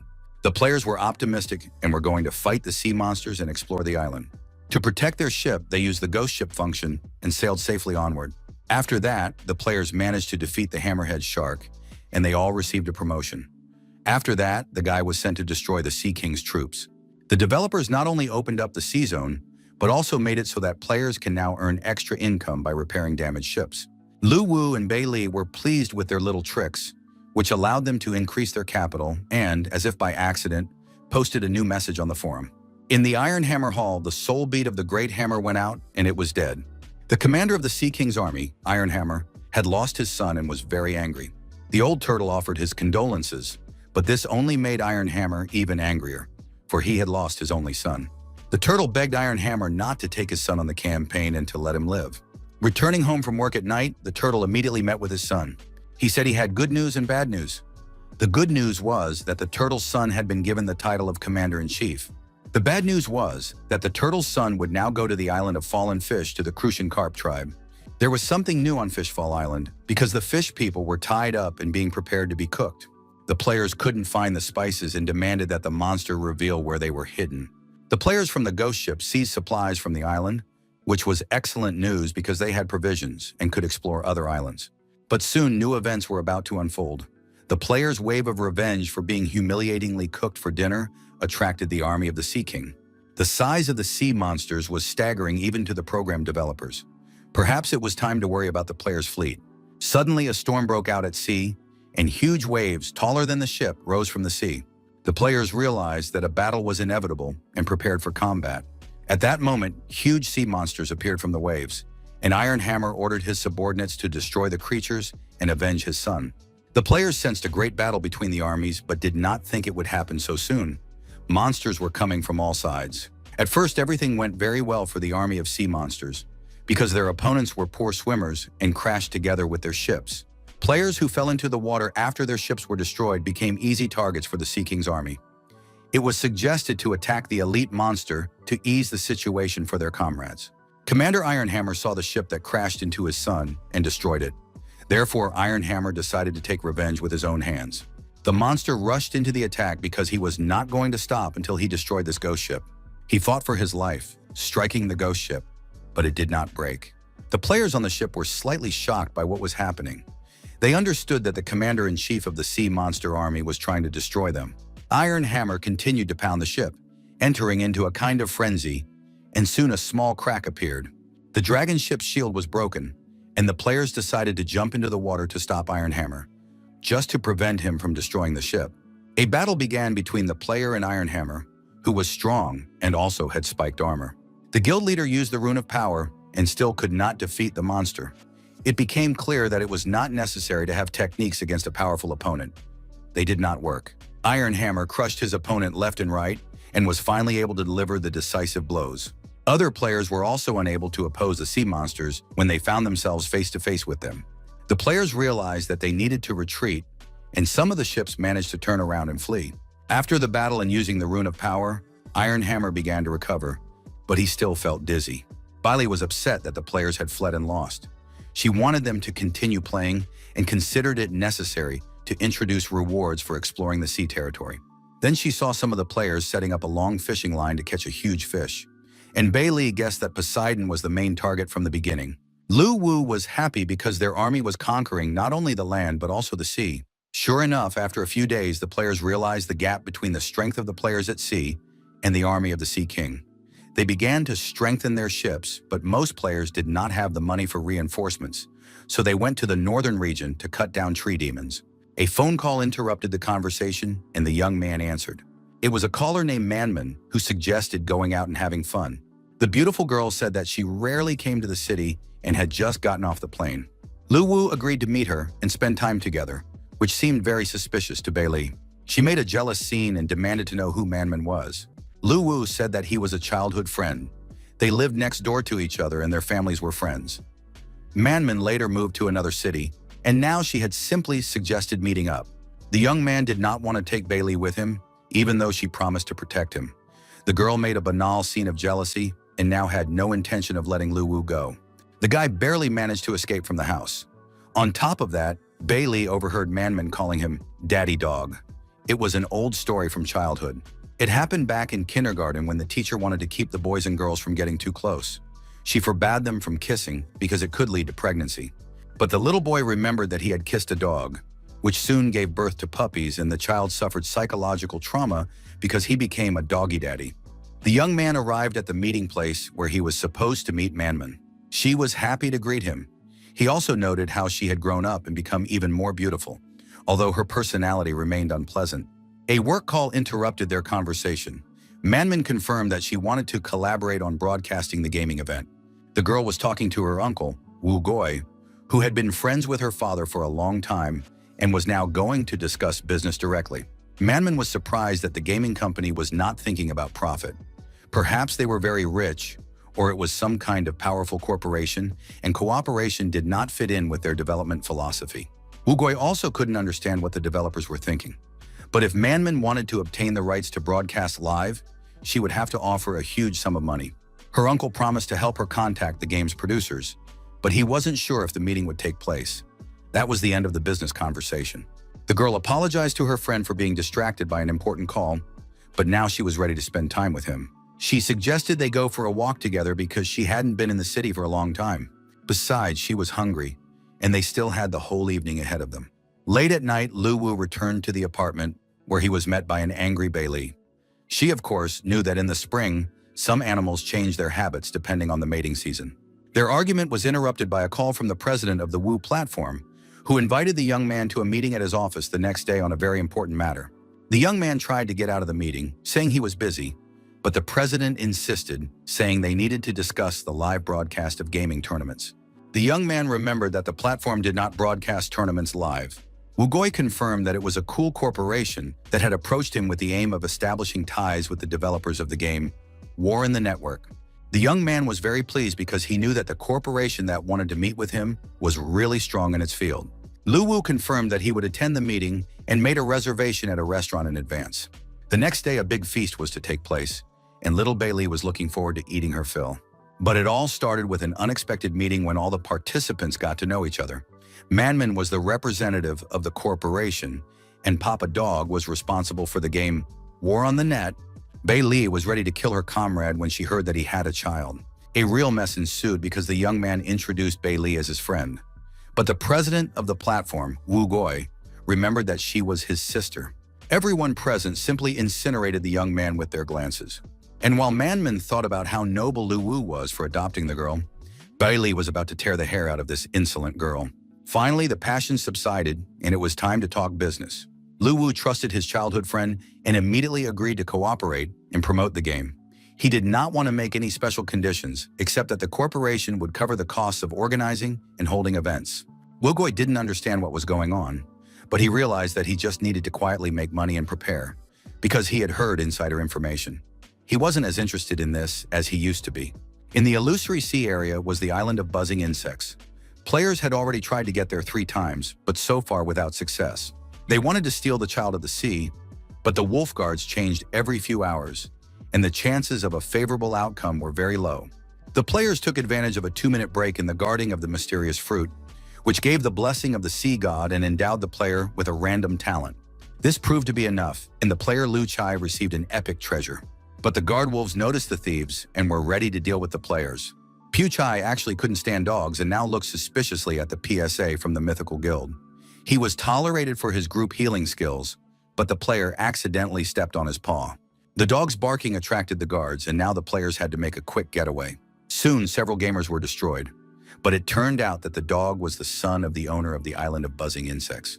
The monstrous wolf offered the player to give him the fruit, Child of the Sea, and free the puppy. Then he would let the players go.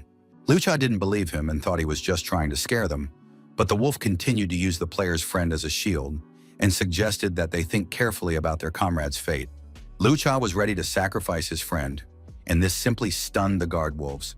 And when the player killed the puppy, they were completely speechless. It was crazy. The player didn't care about his fellow creature, but now the guard wolves would definitely have problems with their boss. The boss had ordered them to kill all creatures and make them suffer, without missing a single one. Overall, it was a confusing situation with these crazy strangers who were very reckless when their lives were at stake. 3 hours later, a notification arrived. The player Pu Chai had received an oceanic spiritual body.